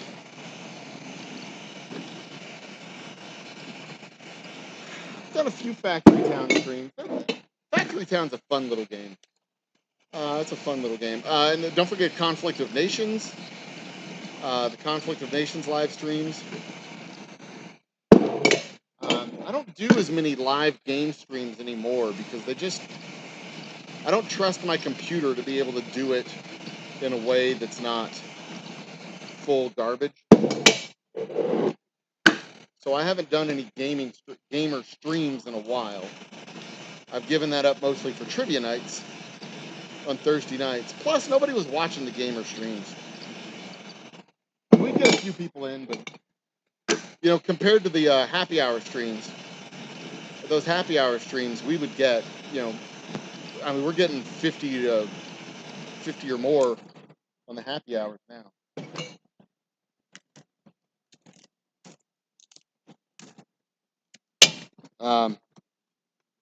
Because I've done my homework on how to build a proper YouTube community, and my community is an awesome community. You guys show up and be engaged and do all the stuff. I love you guys. You're great.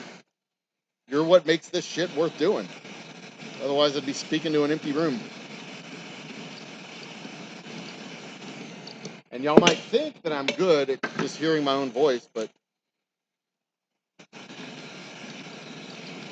like for real, I could do this entire thing without saying a damn word.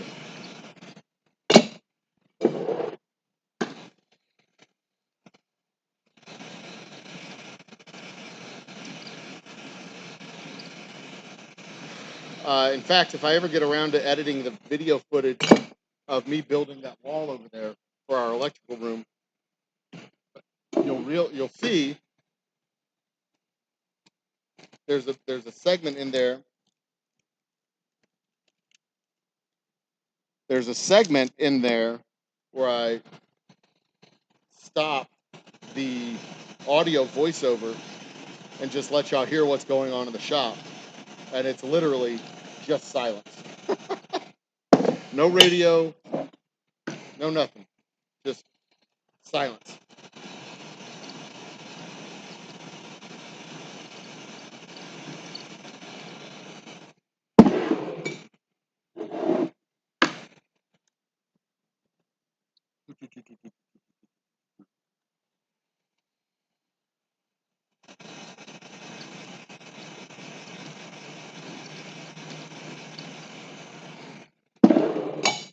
So I am thinking, there's a thought that has popped into my head over the last few weeks. I am thinking about inviting YouTubers down for a YouTube convention, a whiskey tube convention here at the Old Humble Distilling Company. Bringing in folks from all over the state and all over the states, plural, if y'all can make it down here. Having a block of hotel rooms at the hotel that's right down the street, set aside on discount for the whiskey tubers.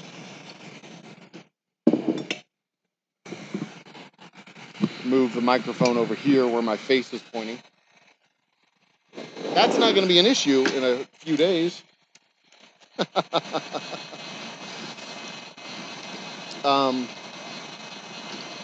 But setting aside a block of discounted rooms down here at one of our budget hotels, doing an evening of tastings and events, giving y'all a chance to meet each other face to face if you haven't already done so. Sampling all the stuff that I have here at the distillery, and then sending you on your merry way.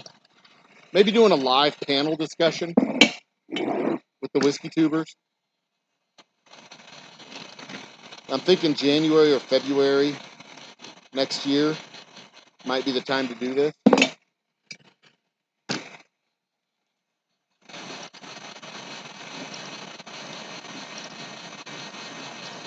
So, Bourbon Ron, if you got any ideas on how I might pull something like that off, any ideas on channels to invite, I think you might have a few in mind. You've turned me on to several of them, like Bad Axe Bourbon and those guys, Whiskey Wars and a few others.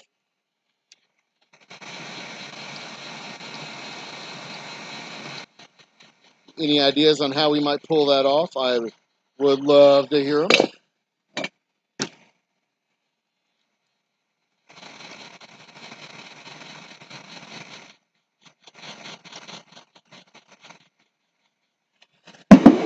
Boom. Give you guys a chance to, I'm sure y'all have toured the big boy distilleries, and several of y'all, I'm sure, have toured other craft distilleries in the areas, in the various states where you reside, in the areas where you reside within the states. Give y'all all a chance to have an exclusive one-on-one with a local goofball.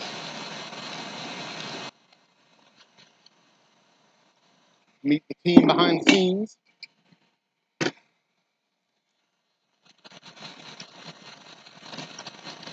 If you know what I mean.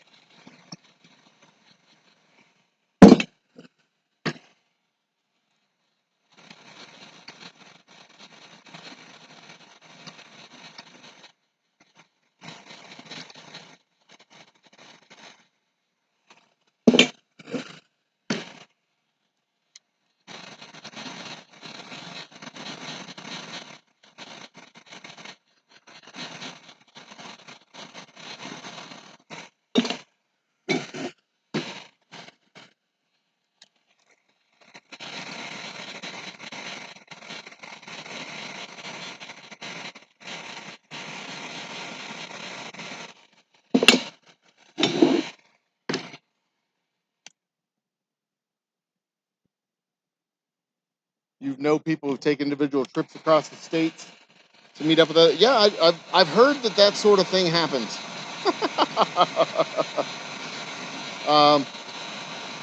I know several people who've gone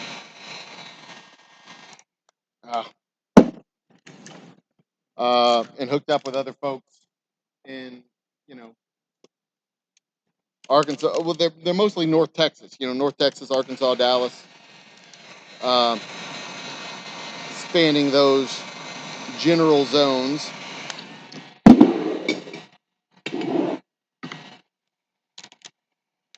Every time I've been in a town where another known YouTuber is, and I've called them up or dropped them a line or texted them or tweeted them, whatever, our schedules have never connected up.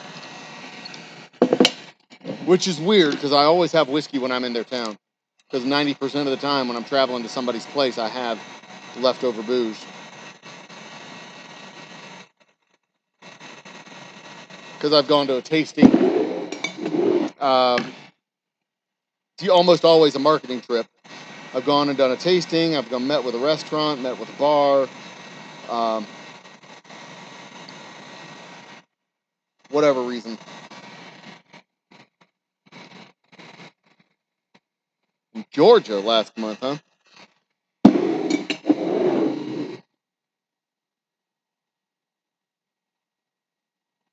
Whiskey Row and Beyond the Row. Interesting. Interesting.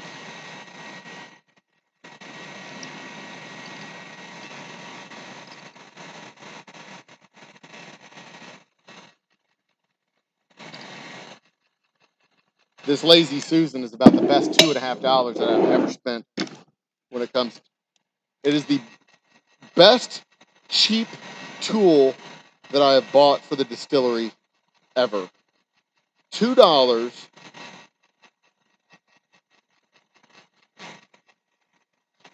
$2 so that I can literally just take a bottle and spin it around.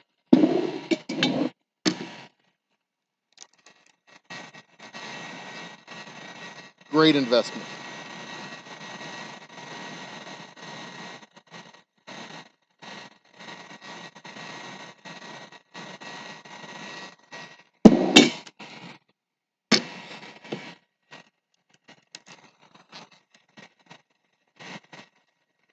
I have a confession to make. Don't tell my wife. A few weeks ago, we were doing an event here, and I went to the store to get mixers. While I was at the store, I bought a pack of cookies. And I don't know what happened to those cookies. Like, I have been looking for them now for a month. I cannot find them. It's entirely possible I may have eaten them already, but I cannot find those damn cookies. I don't remember eating them. They were chocolate chip cookies. Good ones.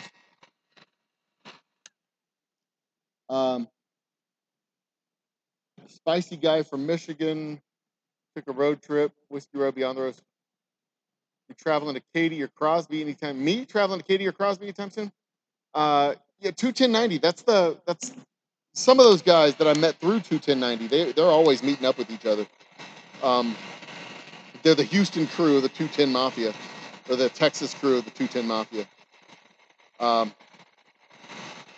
I'd love to get up to the northeast corridor and meet those guys at some point. They're good guys. I like Todd and Andy.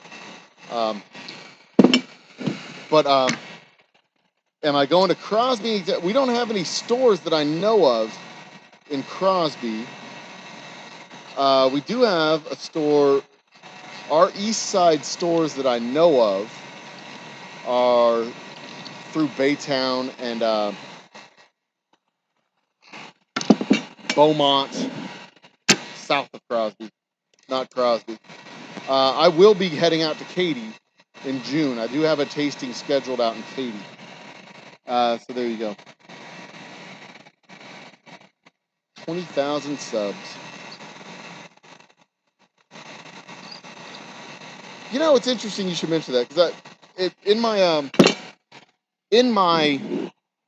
quest for 100,000 views, the research that I've done in the quest for 100, yeah, I've tried doing this benchmarking thing where I look at other channels and try and get a feel for like what's average, what's par, am I falling behind? You know, it is so hard to benchmark channel health versus other channels. Like Todd and Andy's, for example, 21090. They do, like, they have such a cool concept for their Tuesday night shows, you know, where they do the music, the top 10, or at least they used to do the top 10. I haven't had a chance to catch up to the new format yet, the glams and drams. I know it's been going on for months, but I just haven't had a chance. My Tuesday nights are always weird. And their show starts at like 8 and we're settling down for lunch or dinner. Kids are getting ready to go to bed. It's just a big mess when their show starts on my schedule. But there's channels that have like 160,000 viewers or 160,000 subscribers, and their videos get like 500 views, 1,000 views, 16,000 views. 16,000 views when you have almost 200,000 subscribers. That seems like underperformance to me. You know what I mean?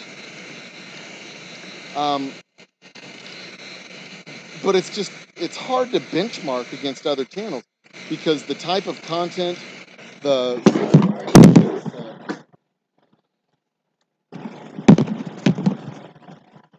dropped the microphone. The type of content, the subscriber base, there's so many different variables that go into trying to benchmark and compare channels against each other, compare your channel to another channel, compare your progress. I mean, really, the only person you can compare progress to is you yesterday, and to see if you're doing as good or better or worse than you did yesterday. It is so hard. Like, there's like a handful of happy hour channels that I can compare myself to that do live, late night live talk show type streams that I'm doing. And most of them have interviews with guests. Very few of them just do what I'm doing, where I just turn on the camera and I grab a topic and we talk about a topic for 30, 45 minutes and then move on to open chat like a AM radio, coast to coast after dark type of thing without the kooky aliens and cryptids. What was that? Art Bell After Dark? Art Bell Coast to Coast? Wasn't that what that was?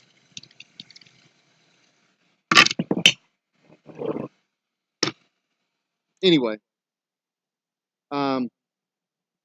one of the struggles, they got huge off one video and the sub stopped watching. And yeah, I mean, that's, the owner of GSP. Dude, Ron, that is a great, that'd be fantastic. If you talk to owners at liquor stores and tell them that you're looking for a specific whiskey, especially if it's an independent mom and pop, those guys will likely contact me. I'll put them in contact with our distributor, and then they can get the whiskey in their stuff. That is a great way. The corporate chains, not so much. The Zips and Total Wine, those guys, not so much. You can't talk to the manager or whatever and get it added. But the mom and pop shops, where the guy at the counter is either the son, brother, brother-in-law, sister-in-law, owner himself, the wife, whatever.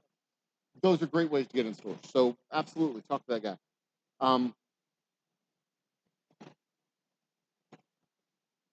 Yeah, there's pages, Maddie, where you can go to that'll compare.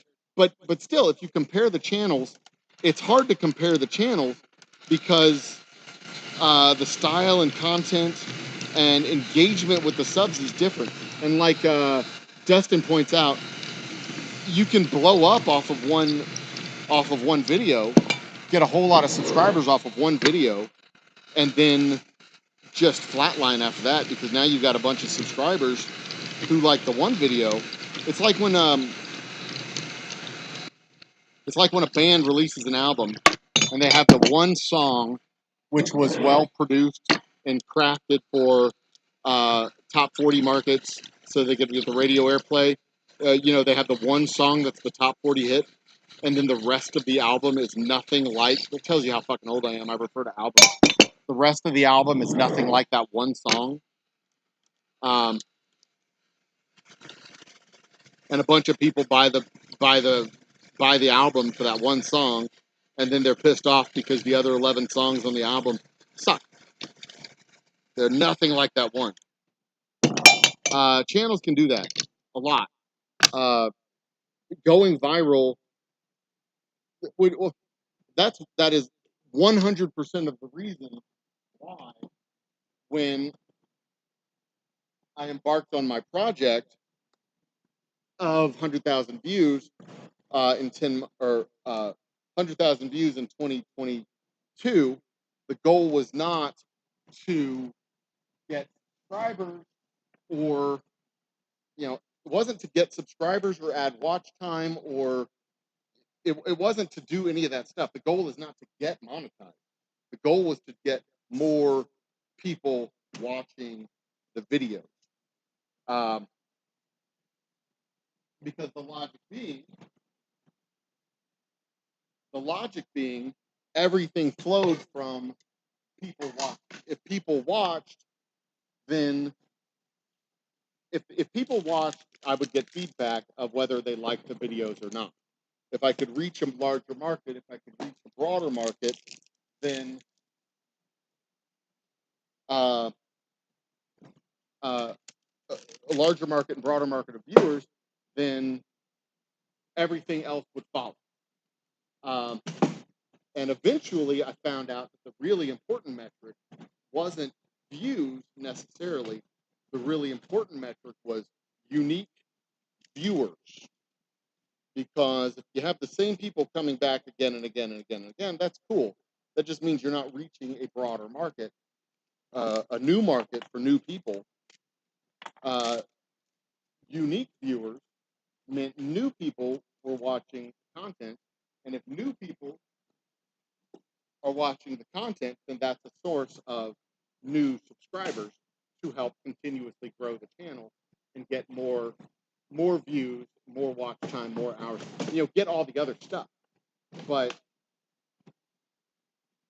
embarking on a project of just getting more subscribers, it's actually not that hard to get more views and more subscribers. If you don't want to go about the organic, if you don't want to go about the process of actually building a channel, it's not that hard to do it. Because you could literally hire some ding dong off of Fiverr to boost up all your metrics, blast you out onto Reddit boards, boost up all your metrics using bots and whatnot. And next thing you know, you go from 100 subscribers to 15,000 subscribers.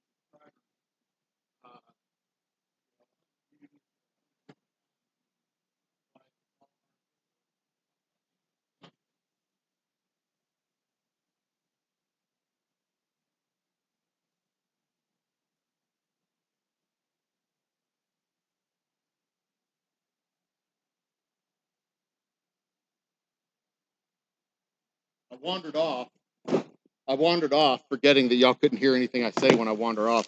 No, but you can hire people through Fiverr to do all this stuff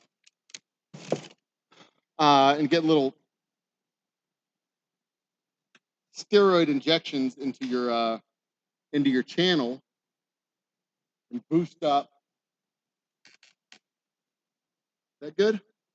Yeah, that's good. Get little steroid injections into your channel and boost up all your metrics and boost up all your stuff. But ultimately, it's meaningless because it's not real engagement. It's not a real community. It's not real growth. So the first question when you're talking about growth of a channel and building a channel, or any business for that matter, the first question you ask is, why are you doing this? It's a question that I have to ask when I do any marketing efforts whatsoever with my distillery. Why am I doing this? Why am I doing Why am I doing this festival? Why am I doing this event? Why am I doing something, anything related to an event? Why am I doing a YouTube thing? Why am I doing the Whiskey Fest? Why am I doing a paid advertisement on this radio station or that radio station? There has to be an answer to that question before you can start doing anything legitimately. And the answer to the question has to be something other than to get more of metric X. You know, my intention when starting my 100,000 views project was not getting views for the sake of views. It was getting views for the sake of the artists, for the brand itself, to build a better channel, because nobody, like I said before, nobody was watching. But the whole point, the whole intent was to build a better channel. I'm going to move the camera one more time so that y'all have a better view of what I'm doing with the whiskey. Give me 1 second here.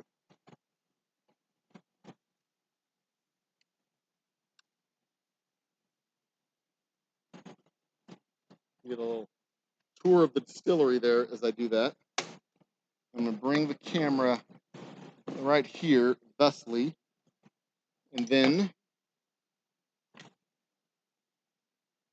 turn you 90 degrees down so that you can see what's happening right there. That work?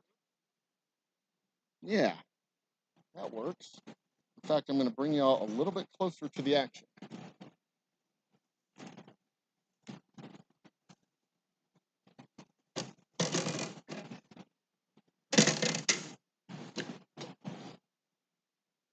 Did that work? Nope. Almost there, though.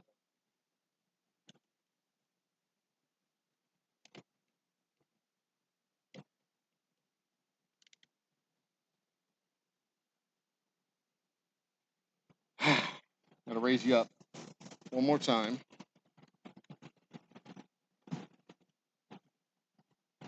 It is well with my soul. Bring it down this way. Cinematography with the Old Humble Distilling Company.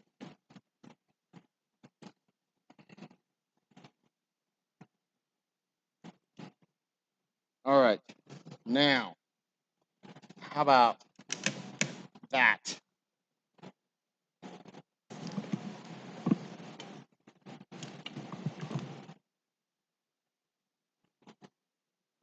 And if I'm doing this correctly, y'all will be very much centered. There we go. If I'm doing it correctly, then should be able to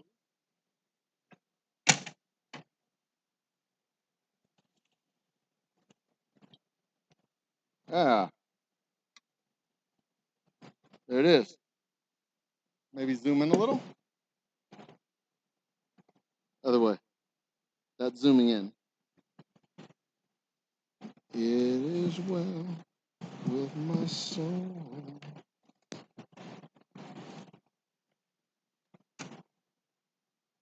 I'll be coming back for more. I'm going to a little town. All right, is that good? Are we set? I think so. All right.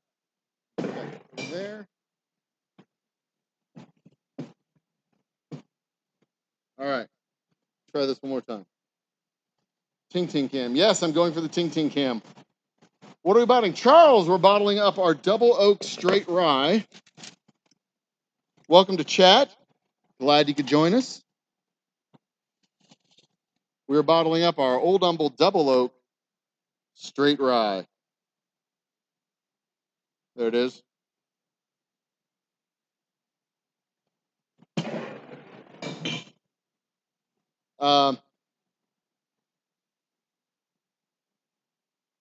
Liquor till 9 and Katie. Oh, that's a good deal.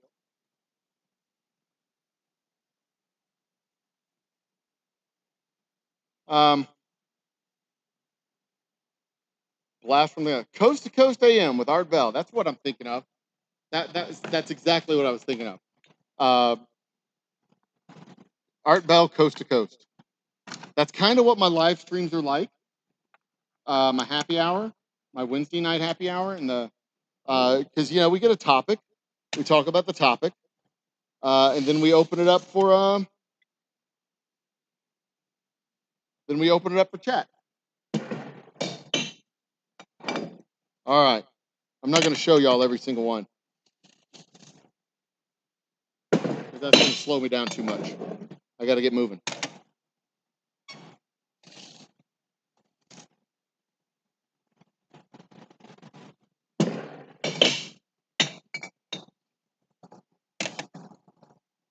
That also tells you how fucking old I am.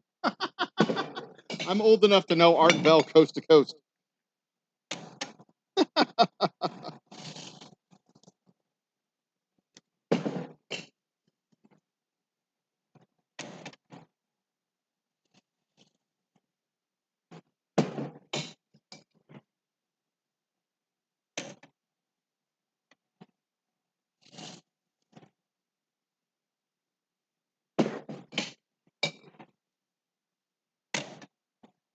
Actually, this would be a good clip to put in a short.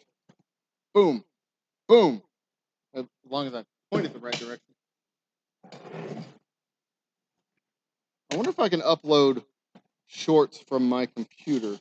I can't remember if that's a possible thing to do.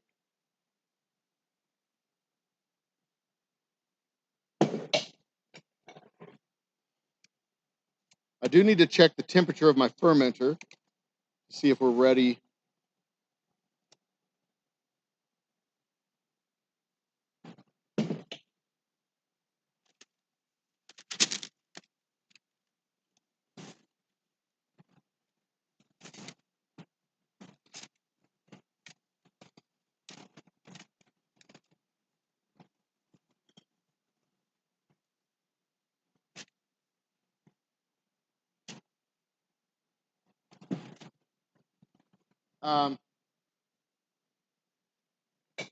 So you can see how much of this process is a manual process. We don't have fancy automation. I don't have a labeling line or a bottling line, or I don't have any kind of lines of anything. Everything we do is done because somebody grabbed a bottle and did something to it in order to make the whiskey actually happen. And these labels aren't entirely straight right now either.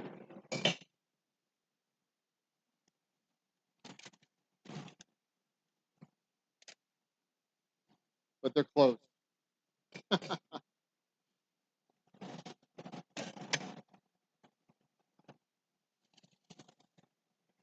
I'll say Lisa did these. Don't tell her I said that. Anyway. So yeah, I bought this thing of cookies, and I don't know what happened to them. I don't remember eating them. Like, is that when you have like an eating problem? When you buy like snacks and treats and forget that you bought them and you don't know what you did? Well, you bought them, but you don't know what you did with them. Is that like an eating disorder? Being like a snack rat. Oh, that's bad. I can't leave that one be there. I have to fix that.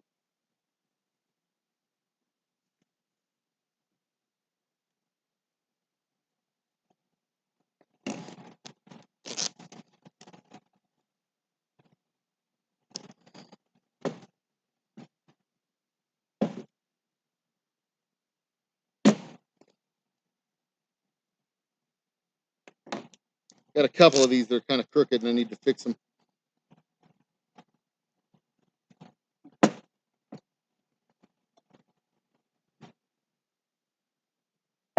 All right, I gotta make some adjustments, I think, to this gate.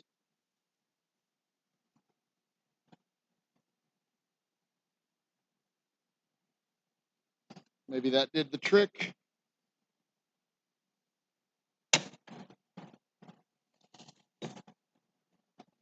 Nope, we're still, looks like we're still,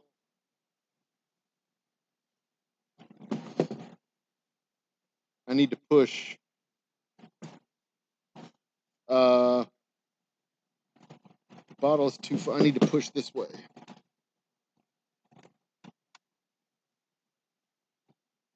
There we go. That should fix my problem. It should fix the problem I have with the labels. I have many, many more problems that will not be fixed just by a adjustment of a gate label machine. Let's see here. Yeah, that's better.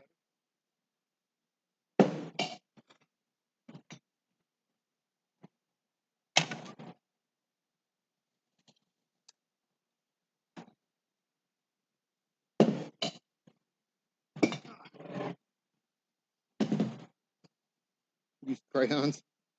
Sharks in the house. Shorts are from phones only. Yeah, I was hoping that wouldn't be true, but it's feeding through the jig. Like coast to coast without the aliens. That is 100% correct, Bourbon Ron. Where is it feeding through the jig? It is. I have a roll of labels here at the end. Can you see it? There's the roll of labels here at the end, and it just goes through like that. That is it. It's a simple setup. It's a cool little machine. We had been doing these by hand, 100% by hand, where like stand around a roll of labels, peel it off, and stick it on the bottle. Before I got the machines, these machines saved a tremendous amount of time. And what they also did was they had an added benefit of they had the added benefit of consistency and error. And what that means is when you're doing it by hand, left-handed people and right-handed people would generally have them angled at opposite directions.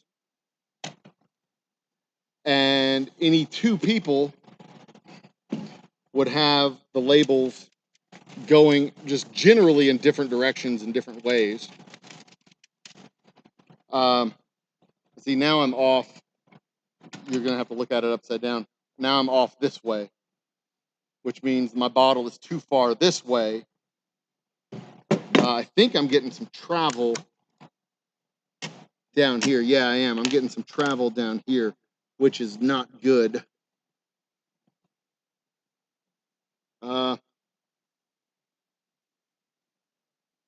My Allen wrenches are at my house now. Shirts. I can loosen that up a little bit. Nope, I can't. All right. Let's see here. I have an idea on how to fix it.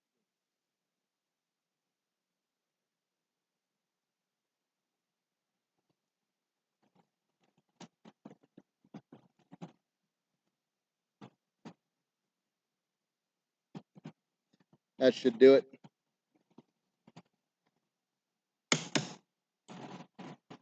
Art Bell without the aliens. That's kind of, yeah. That's kind of what we strive for. Kind of a no nonsense. I mean, a good nonsense zone.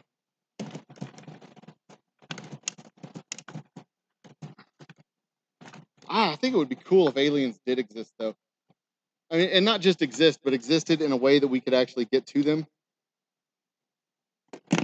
You know?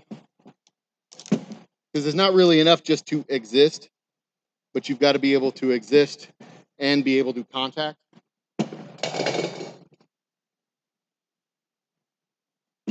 Because like lions and octopuses exist, but a lion has no concept of the existence of an octopus. We're still a little bit off. Damn it! I can adjust that with this now. So the bottle's too far to my left. So I move this just a shade that way, and that should solve my problem. But a lion has no concept of the existence of an octopus because the lion will never, ever, ever encounter an octopus. So, if aliens do exist, and I'm sure they do, out there in the deep voids of space, there it is. Out there in the deep voids of space, I'm sure there are other life forms, possibly even intelligent life forms. I can't fathom how we would ever actually come in contact with them. The profound isolation of Earth and space is just mind-boggling. It's hard to comprehend. It's hard to wrap your brain around. Anyway. Shark, your package should be arriving any day. I had to re-deliver it. I screwed up the delivery on Friday, or rather on Thursday last week. I had to re-deliver it and redo it on Monday. So your package should be arriving any day now, if it hasn't already. Today's Wednesday. Yeah, probably be tomorrow.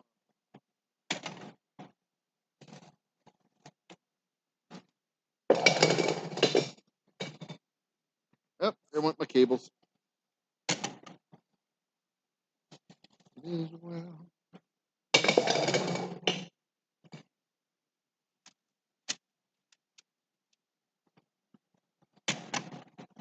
That solved my problem. Everything's nice and steady now. Nicely centered, nicely consistent. But that's probably the biggest benefit of this machine, isn't that the labels are perfect every time, because they're not perfect every time. The benefit is that they're consistently irregular. So within a given batch, they'll all be a little bit off center, or they'll all be a little bit off center, or they'll all be a little bit crooked to the left, all be a little bit crooked to the right, but they'll all be consistently incorrect. And if any of you were ever in marching band, you know that the thing you don't want to be is different. As long as y'all are all wrong together, you look fine on the field. It's when one person's right and the rest of the band is wrong that you have problems and you look like trash. So if I have one perfect label, but all the others are a little bit crooked and consistently crooked, then that one perfect label is the one that's wrong. And that's just how it works. It's counterintuitive. I would rather them all be perfect.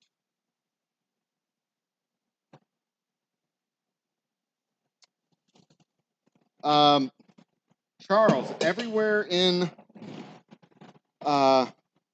if you put in chat what part of town you're located, I can tell you where you can find a bottle. Because our bottles are stocked all across the city of Houston and all across the state of Texas.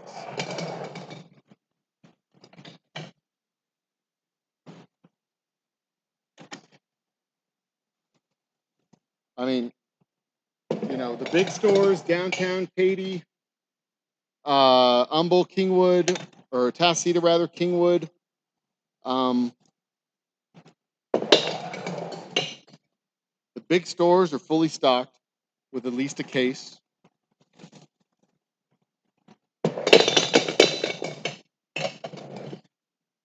Hold on one second, guys. I've got to get some water.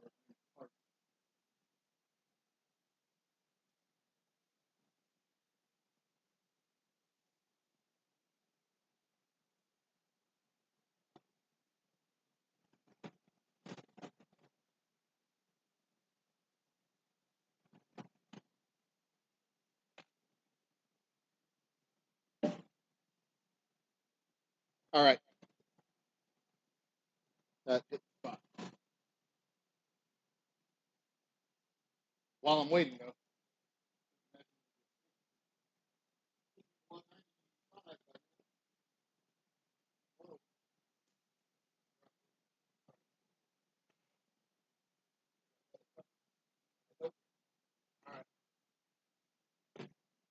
Science lesson, kids. If you cover a vessel, it will not cool off as fast as if you leave it uncovered. Oh, shit, Charles.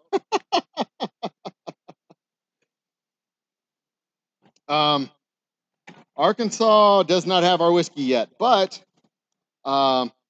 Dallas, probably the closest store to you is in Dallas. I do have an aunt in Arkansas who can get you a bottle. If you send me an email, I can text. If you send me an email, I can send you my PayPal information. I can put a bottle. I can go to the store and buy a bottle on your behalf and ship it out to you for only $10 plus the cost of the bottle. I don't even charge aftermarket markup fees because I'm a benevolent dictator. Look at that delicious red rye. Look at that. See that color? Man, that is amazing. Whew.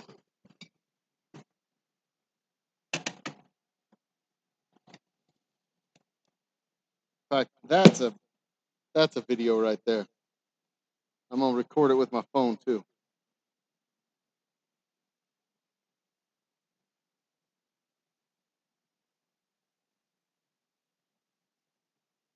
Ba-dum. 9 seconds coming to a TikTok and YouTube short near you.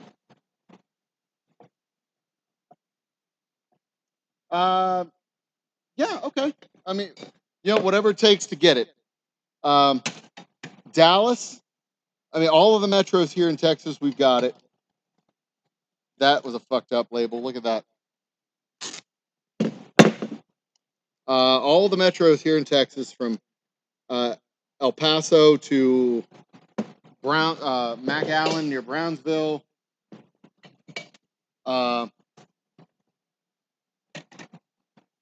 And worst case scenario, if you can't get one of your buddies to send you a bottle,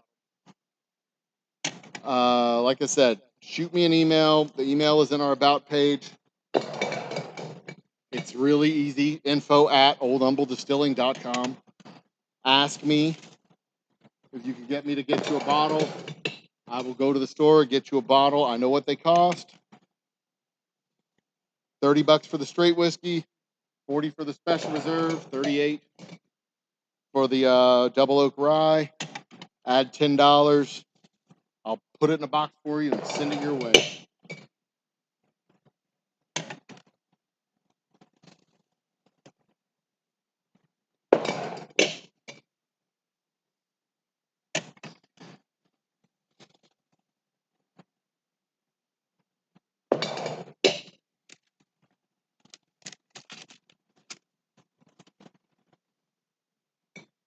It is well with my soul.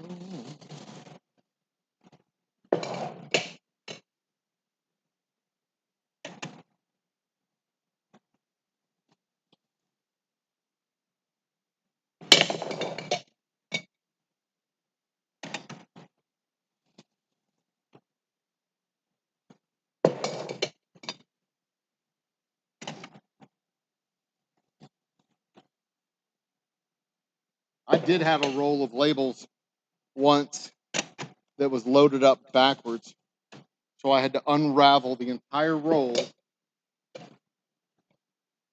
undo the entire roll, set it up on another, reverse it, get the back end of it, connect up the back end to the wooden spindle or the cardboard spindle, and roll it back up again.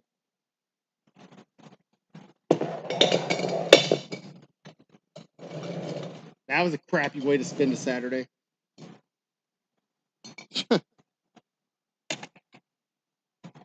Unrolling and then re-rolling 5,000 labels. Nothing about that was cool.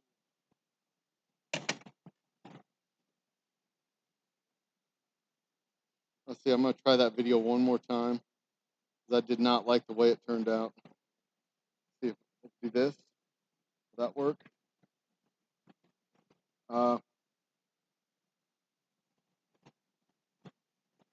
Next thing I need is a GoPro, right?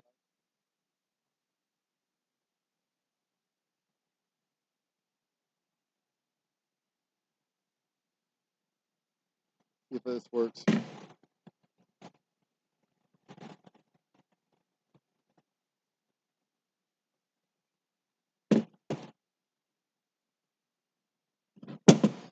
That sucked. Let's try this.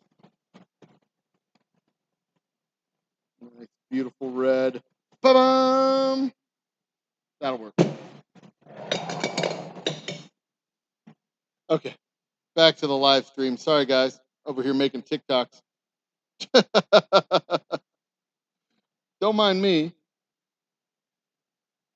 All right. That is neat, though. If I could rig up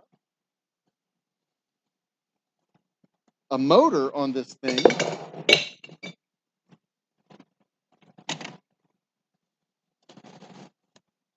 I could rig up a motor on this thing, I could automate, or at least semi-automate this. Just set the bottle down and have it roll off the.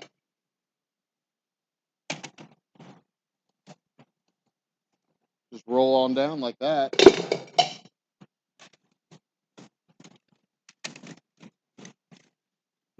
My output line keeps getting tangled up in my spindles because the camera is in the way of what it is I'm trying to do here.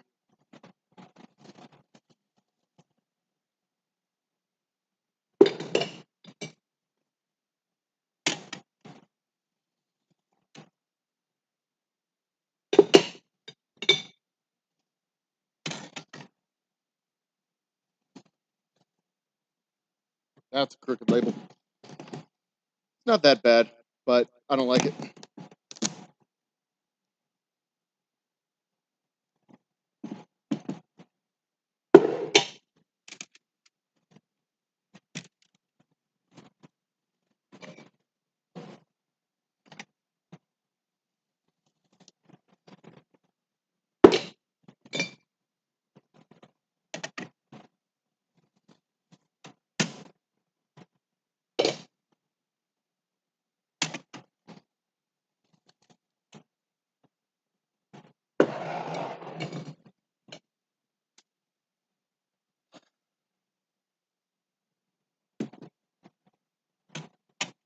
I do appreciate you guys joining me. Give me somebody to talk to.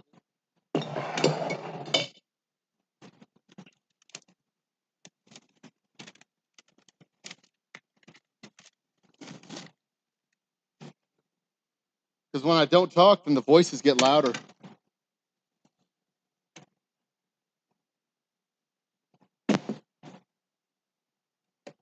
Keeps nudging off to the side here.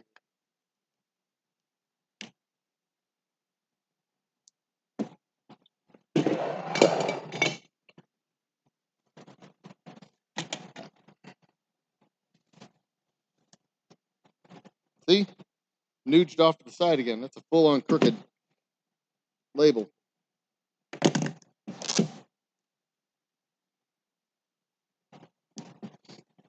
I'm not sure what's happening, but I only have a few to go.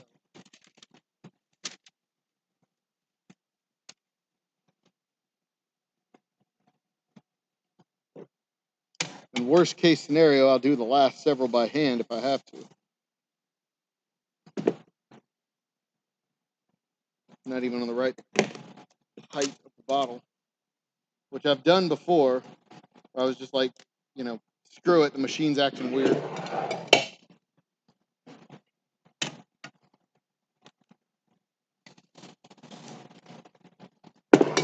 And now we're back. So what'll happen is the label will get a little wobble in the spindle somewhere, or the feeder will get like a little bit off. And then several of the bottles will be crooked, or several of the labels will be crooked. And then the wobble kind of resolves itself. So it'll kind of go this way, this way, this way, then it'll just steady out in the middle.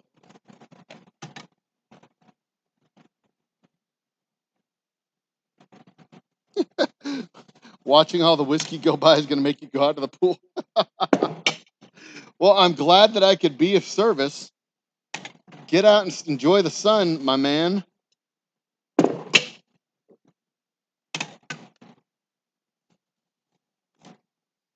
So I've got next week, my wife leaves to join my youngest at Boy Scout camp on Sunday. My oldest is going to run some church jubilee thing at Mo Ranch, so he's going to be gone for the week. I am fully and totally unsupervised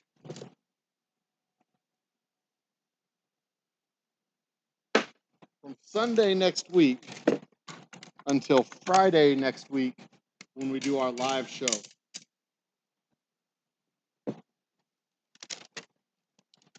What trouble do you think I should get into while my wife and kids are gone? You know, I'm not generally a get into trouble kind of person. He said with a smirk.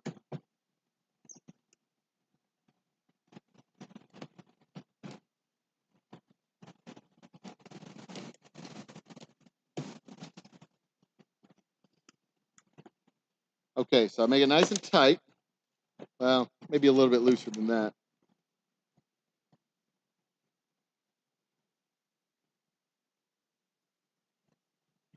Yeah, that's better.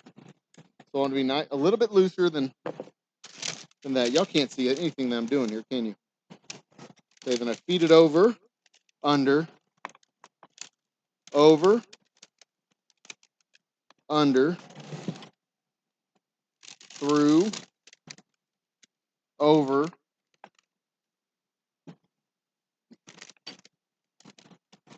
fold it up like so,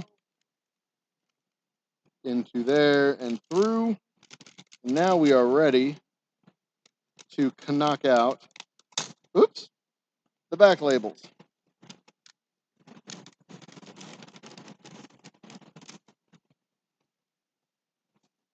And there we go.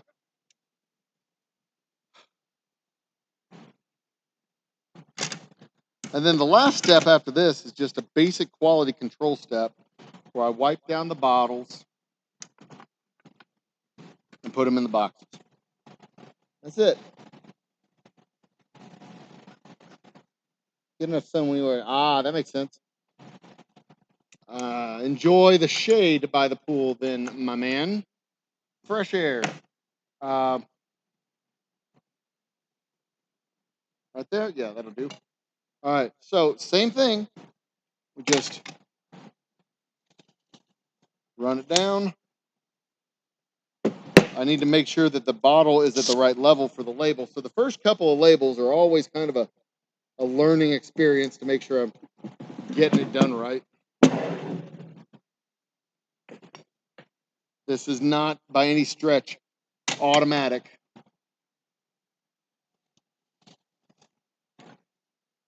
Yeah, that'll work.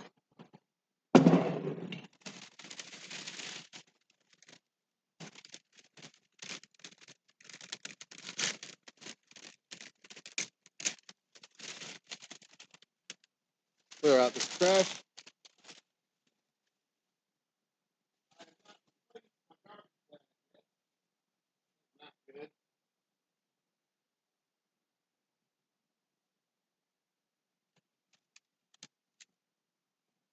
All right. Let me just knock this out. What time is it? 5:43. I should be able to knock this out in another 30 minutes or so. Be done by 6. Be home in time for dinner. Clean up. Shows at 10.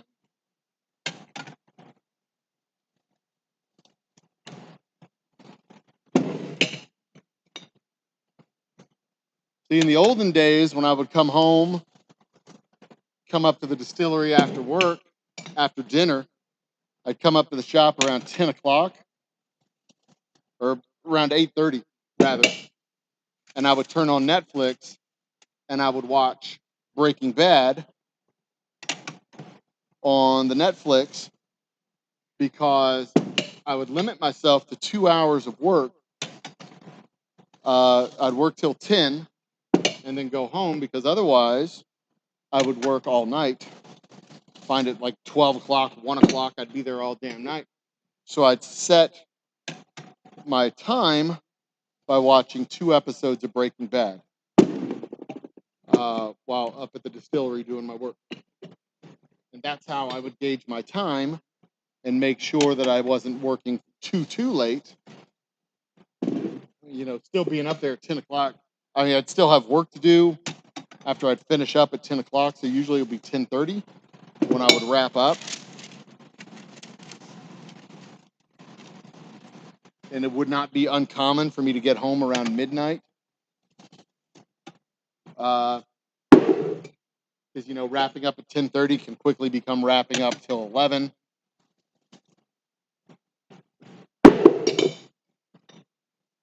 You know, there's trash to throw out, there's floors to sweep, there's cardboard to dump, there's one more bottle to fill, one more bottle to work on, you know, one more thing to do. It's like those old World of Warcraft quests. There's always just one more quest. You know, it's not going to take long. I just got to go over to the inn right over there. And then you go over to the inn. There's one more thing to do, and one more thing to do, and one more thing to do. And next thing you know, it's 3 in the morning. Yeah. So that's how I would gauge my time and manage my involvement, so that I wouldn't be too late, and I could still get up in the morning and go to work, because I still had a real job and I still had to get up and go to work.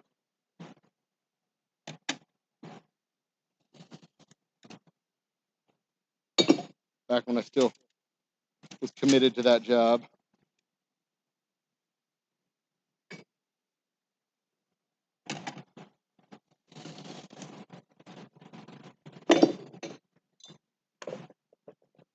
Aye.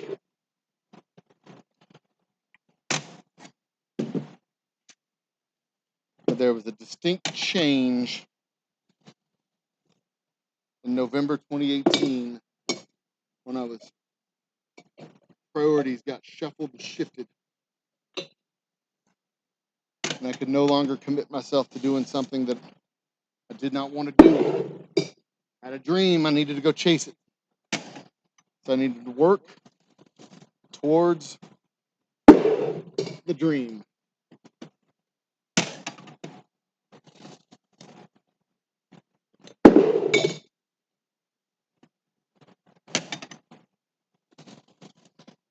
There's that whole cautionary tale about 2 masters and all that.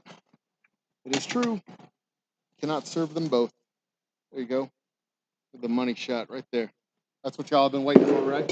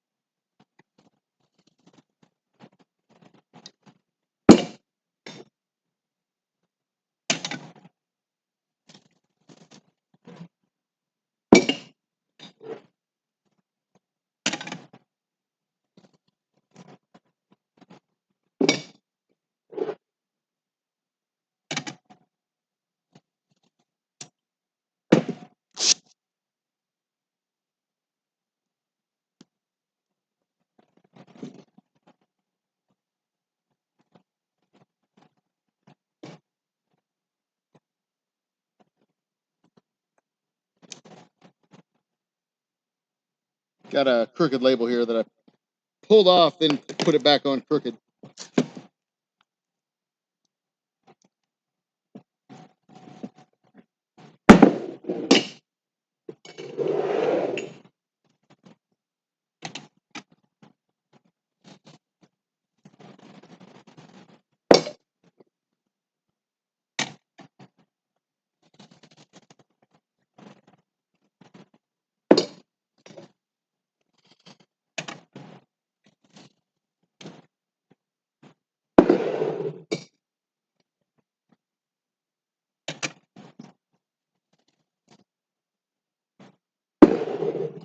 You know, I probably could cut this video from 3 hours to like 5 minutes. Do a 5-minute musical montage in the background. Free music, obviously, out of the YouTube audio library. No attribution required. Maybe that's what I'll do. Take this raw footage. I've been recording this whole damn thing. Take the raw footage, cut it onto DaVinci, drop down a video of bottling, filtering and bottling the double oak rye. Maybe I'll be able to find the actual video from the from November when we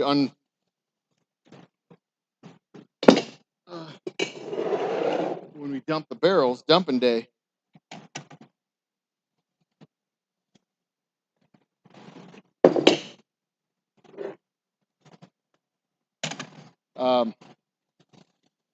Reminder that tonight our whiskey happy hour is rice whiskey. We're talking about rice whiskey, the history and mystery of rice whiskey. Almost all of it will be sourced factually. I don't think I'm planning on putting in intentionally nonsensical stuff like, you know, having Taoist monks bless the whiskey, blah blah blah. I don't think we'll do that. I might. Got to tune in tonight to find out. Maybe that's what actually happens. I don't know. I haven't finished reading all the articles.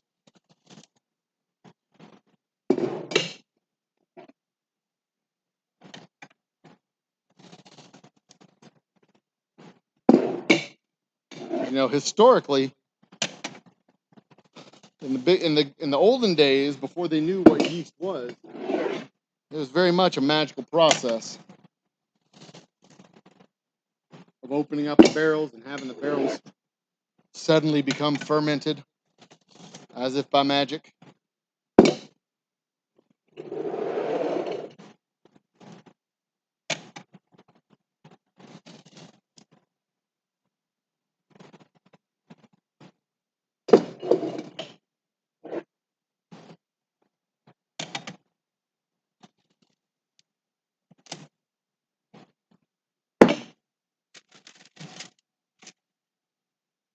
We don't do that anymore.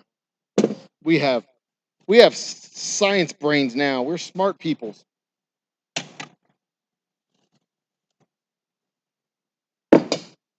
We don't believe in nonsensical bullshit, right, guys? Verifiable scientific stuff. That's why we don't believe the world is flat, right, boys and girls? That's why we know better than to believe the world is flat.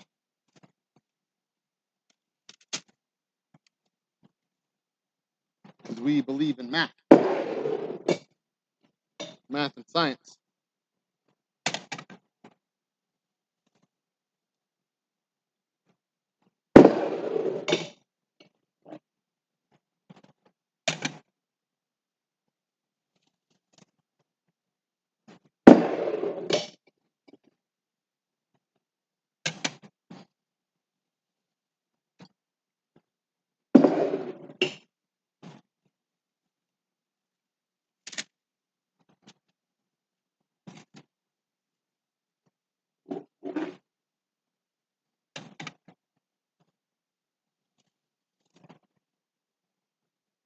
chips are down, when the cards are not working in your favor, you can always count 3.14159.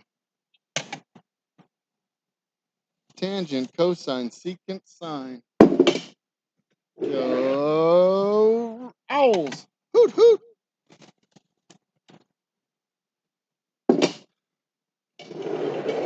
Where's my Rice University people at?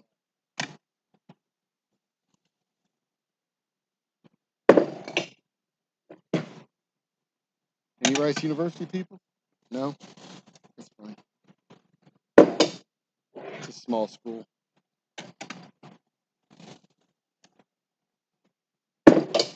They may have come before the University of Houston, but the University of Houston's better.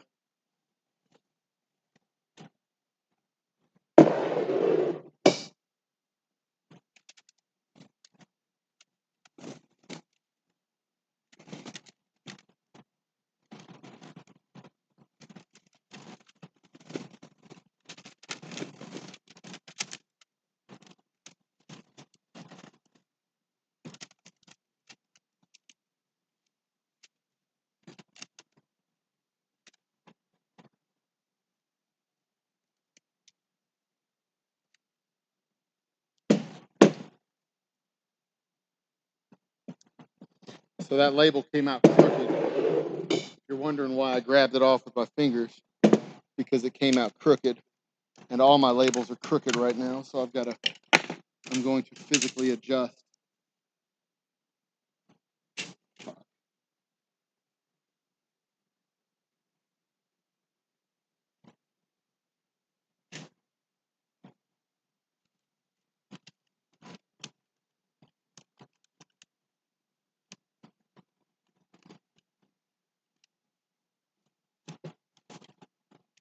So in this case, it was the output that actually caused the problem.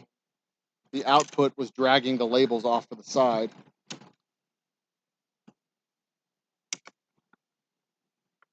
So I had to fix that in order to straighten the labels out. And just like that. Beautiful.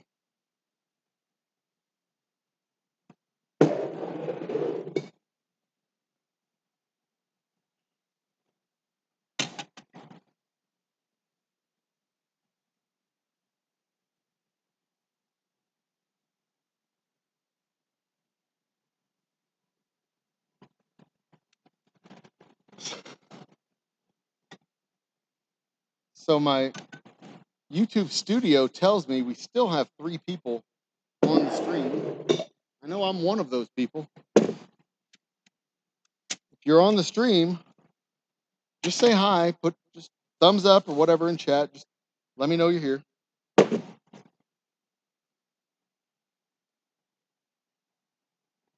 know who the All-Stars are.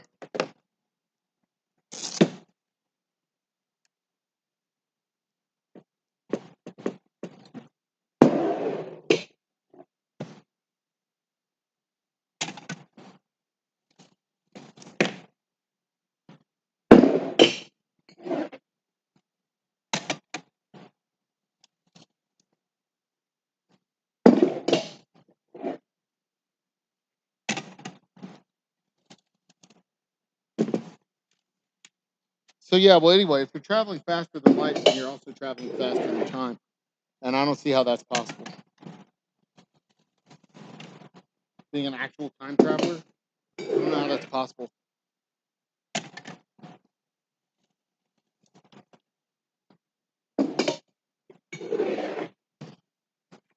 Because conceivably, oh, this is fucked up.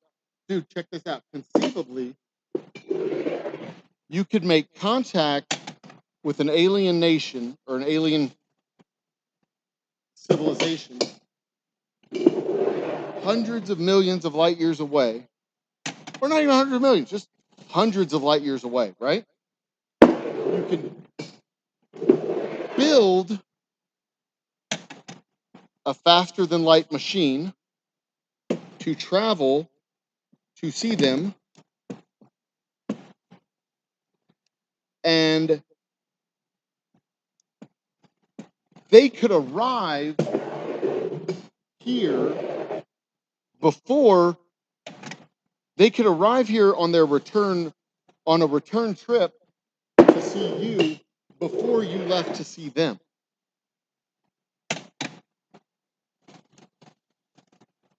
Follow what I'm saying?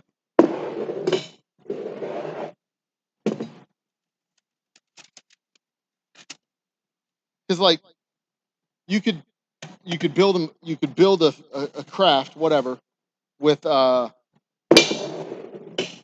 engines that could go that distance in whatever 50 years,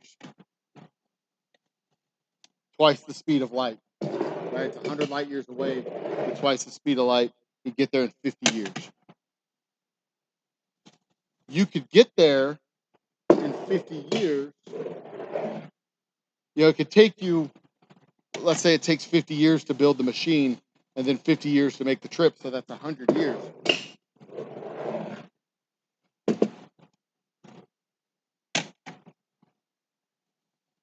They could arrive here before the 50 years is up, because they could have built a machine that does the trip in a quarter of the time, which puts them here in 25 years.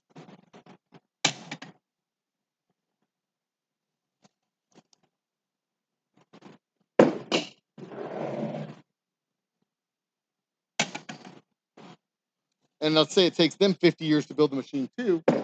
So 50 years from now, we launch our ship, it goes there. They launch their ship, it comes here, and it arrives here before our ship arrives there.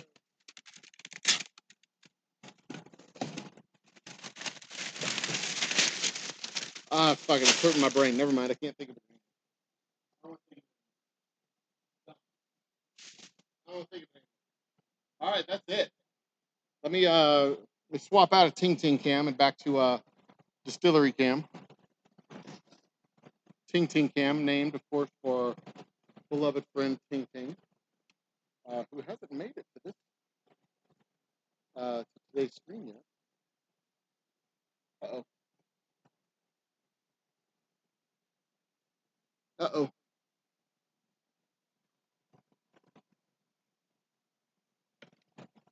Cam jammed. That's all right. We're going to wrap this up anyway.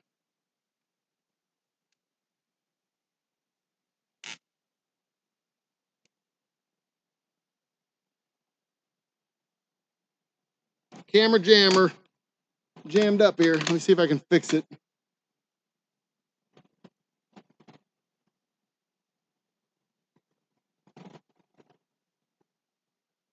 Come on.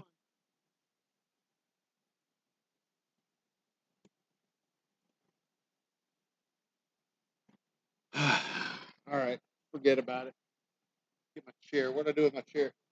Where'd my chair go? All right.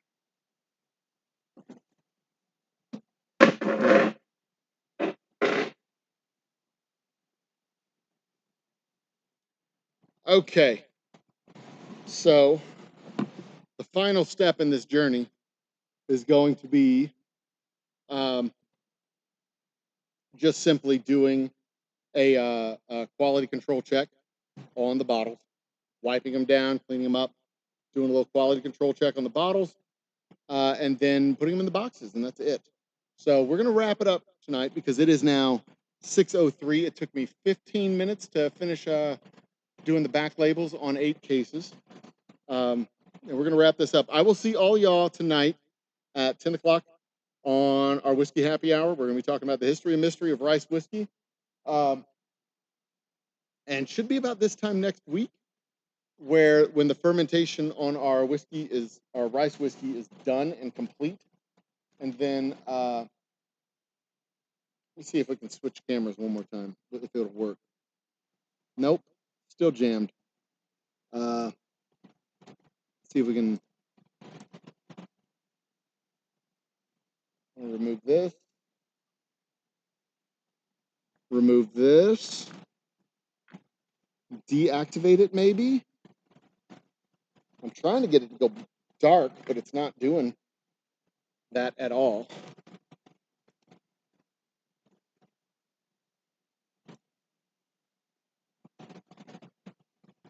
So yeah, tune in tonight to catch the history and mystery of rice whiskey. That camera's just shot to hell right now. We're getting nothing from my good camera. Tune in tonight for the history and mystery of rice whiskey, and we will see you tonight. Tomorrow night's trivia. Friday night is live music with Liz Castland and Brad Lewis. If you're in the area, come on out and catch it. The weather says after dark it's going to be a beautiful, absolutely beautiful night. So come on out and check it out. Be awesome to each other. Think with your whole brain, love with your whole heart. Drink good whiskey because life's too short for bad whiskey. Cheers and good night.